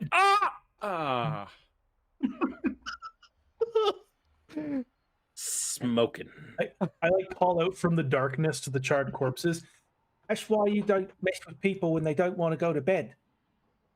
I'm going to lean over to Hoots and be like, you wanted to talk to them? They are no more.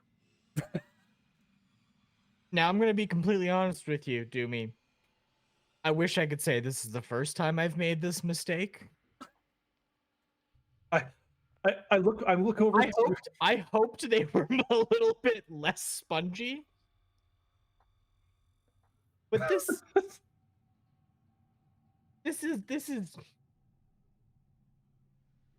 yeah, this is the pirate all over again. Doobie is so dejected and just like drags her axe walking away and is going to leave the cave. I'm sorry, the pirate? Who's the pirate? There was a guy who took over Ornstrad. I don't know if you knew the dude who took over as the foreman that was actually a piece of shit. Turns out he might have been a pirate. I meant to keep him alive, but I accidentally popped all of his organs with thunder wave. You know, that happens sometimes. So yeah, I didn't even get to swing. Tell you what, Doomy, we hit that guy with that big yellow eye. You get the first crack at him. For Dern. Nice. He's gonna roll Dern. Quill, that's probably fair because she didn't get to participate this time. Doomy gets the first hit on that guy, okay? They're friends too. I'm still staring at you though, Aldrin. I'm like, I also kind of with Doomy. I'm like, yeah, I thought we were gonna talk to them. What was with the giant ball of fire? Well, it was technically lightning, but whatever. It's just I expected them to be more resilient. That's all. Yeah, I was hoping this would be a first strike, not a final strike. So Riley? 6 dead cultists are on the floor.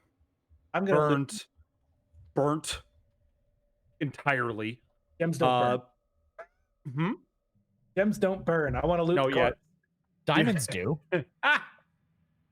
You know what? Yeah, they only had diamonds on them. No. Oh, you said it. No takesy backsies. Yeah. No. On the bodies you find. Actually, you know what? Let's say there are some gems. There are some. I don't have a worth yet because I don't know how much it would break games. So I need to talk to James about what you get. Yeah, we'll figure that out. Yeah. But there are gems. There are other items. You find. Would a +1 dagger be too much? No. Okay, Oh. perfect. There is a +1 dagger that is on one of them. And it is a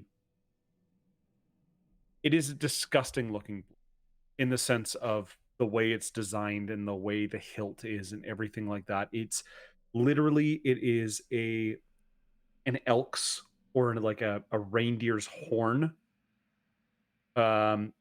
attached as the hilt of the blade.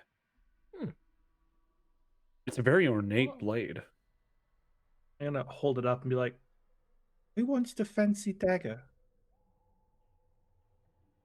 Why don't we put it in Hoots's bag for now until we get a chance to identify it later? I got some magic that can tell us what it's about. It sounds fair, I suppose. Yeah. I've got no need for it. And in the other undamaged kind of things like that, again, along the back wall is this mural of which you would now know Ithaqua, god of the northern winds. Just inlaid, looming over this pyre. The more you look at this painting, at this art, it's ancient. Any chance it's got a big yellow eye? No, God, no. It has two very piercing opals as its eyes. Are we talking like Instagram model eyes? They got arrested and it's their headshot. They somehow have really nice facial features. Literal gems as eyes. See? Oh, so it's got our group in their eyes. Yes. Yeah, literal gems in the eyes. Totally looting that PHB and Monster Manual. Yeah, no, they're actually, you know what? It's 3.5. Gross. Yep. It's 3.5 and there's Pathfinder beside it. Excuse me, Sarah. I'll have you know. I'm a 5e baby, okay? I would be excited. It's not useful anymore, but like I have 3.5 books behind me. I've just never played it.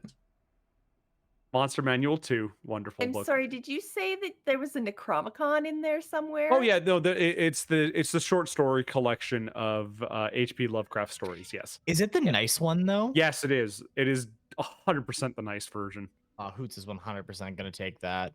Is this fourth or third? That's fourth. Okay, that's fourth. Fourth is bad. It's bad. We don't hold it against you. No, I got them for like $1 a piece. That probably explains it. Oh, here, are we doing cat things? Well, but yeah, it's a really nice addition. But yeah, in total there are some gems. There's this really nice knife, and yeah, a really nice copy of Necronomicon, the collection of Cthulhu short stories. It's got like a library checkout tag in the back. 100% it does. Last checked out by Lester. University of Jefferson? Victoria. What a good name, Lester. Lester. Is it? Not really. It's not. I really like it. Never name your child Lester the Molester. Yeah. Oh. Well, now you ruined it, but I liked it. Lester B. Pearson. Anyway, yeah, there's not very much more other than there is literally still a feeling of like almost like just pressure being in this place. Guys, I'm not gonna lie. I don't want to rest here by any stretch. This is a silly place. and after we take our gainfully obtained belongings from these ne'er-do-well villains, I'd like to leave. And I think I we might. should leave those opals up there I could that shoot make one up those down. piercing eyes. Is that Did you Quill? say you want to leave them? I could shoot one down. You know, I think we should leave them alone. Your detect magic would be gone by now, right? Yeah, Oh yeah. doesn't As they matter. loot, Hoots is going to like ritually cast detect magic. That just seems like a very Hoots like Yeah. logical thing to do. Yep. You take the few minutes to do it, and there's 100% magic coming from those things. Like there's all sorts of magic coming from it. Like you see a plethora of colors, just kind of just almost leaking like tears coming from it, David. Actually, make me a wisdom check. Now that you've seen that. Wisdom check or order me a save? pizza. Save. Let's go with save. Hold Yep. on. You're That's a 19. 19. Yeah, you instantly look at it and you go, nope. Yeah, we're for sure leaving those. My fur is kind of standing on end in this place. I'm like, Yep. this is not a great feeling. I'd like to get out of here. I like quickly grab Doomy's hand and go, we're leaving. And start like dragging her out. As we're like walking out, Jimmy's gonna lean down and be like, "Am I actually gonna get the hit next time?" Yes, You can Doomy, go we're hit gonna- one. I go, if it makes you feel better, you can go smack on the bodies for a bit. No. It's better when they can scream and fight back. I honestly, I knew we were throwing 3 things in at once, but I thought these were going to be like transforming sort of like cult leader dudes. I literally feel like we broke up the anime club that got kicked out of, like, got like laughed out of school. If they hadn't forced me to sleep, I wouldn't have done it. But I don't like being forced into weird sleep where men talk to me in my dreams. So You know, Same. speaking of weird anime clubs and being forced to sleep, we got to raid out to somebody. Yes, And I found a My Hero Academia D&D summer camp stream where they're playing Fuck yes. anime D&D. But let me please finish this because this is Absolutely. a big Of thing. course. As you guys get to the cave entrance, you guys find yourself, as you guys get to the cave entrance, walking out into the bottom of the valley, which was not where the cave was. No. And you look behind you and the cave is gone. So who's Nope. mushrooms. And David, Agnes. Boots, Eric, you hear in the most gut-wrenching feeling you've ever had a howl. And you see 8 red eyes in the forest looking at you. And that's where we'll end our session. Ooh, more fireball. Got a couple. I like it. Good on you. Let's just kill him. Let's just kill him right now. We got time. Yeah. We have 3 minutes. It worked last time. We can No, take the he first needs to stop so that he Do can up you the CR want on it. to? Do you want to? Actually, I did. Do you want to roll me a perception, Quill? Yeah, I do. I swear to God, if it's like a mirror image of Dern, I'm gonna wet my pants. 8. Nat one, baby! All you see in this forest are these red eyes and horns. Horns. Horns, antlers, Antlers. moose, Moose. Moose. David's but worst a cute nightmare. moose. Make all the boy moose. Wah. What? I mean, oh, friend. I'll find it for you. Who Anne are we Hathaway raiding is out like- to? I would like Yes. to thank everybody for playing today, and I look very much so forward to next set. I'm sorry, we totally did nothing you wanted us to do. Oh, no, don't worry about it.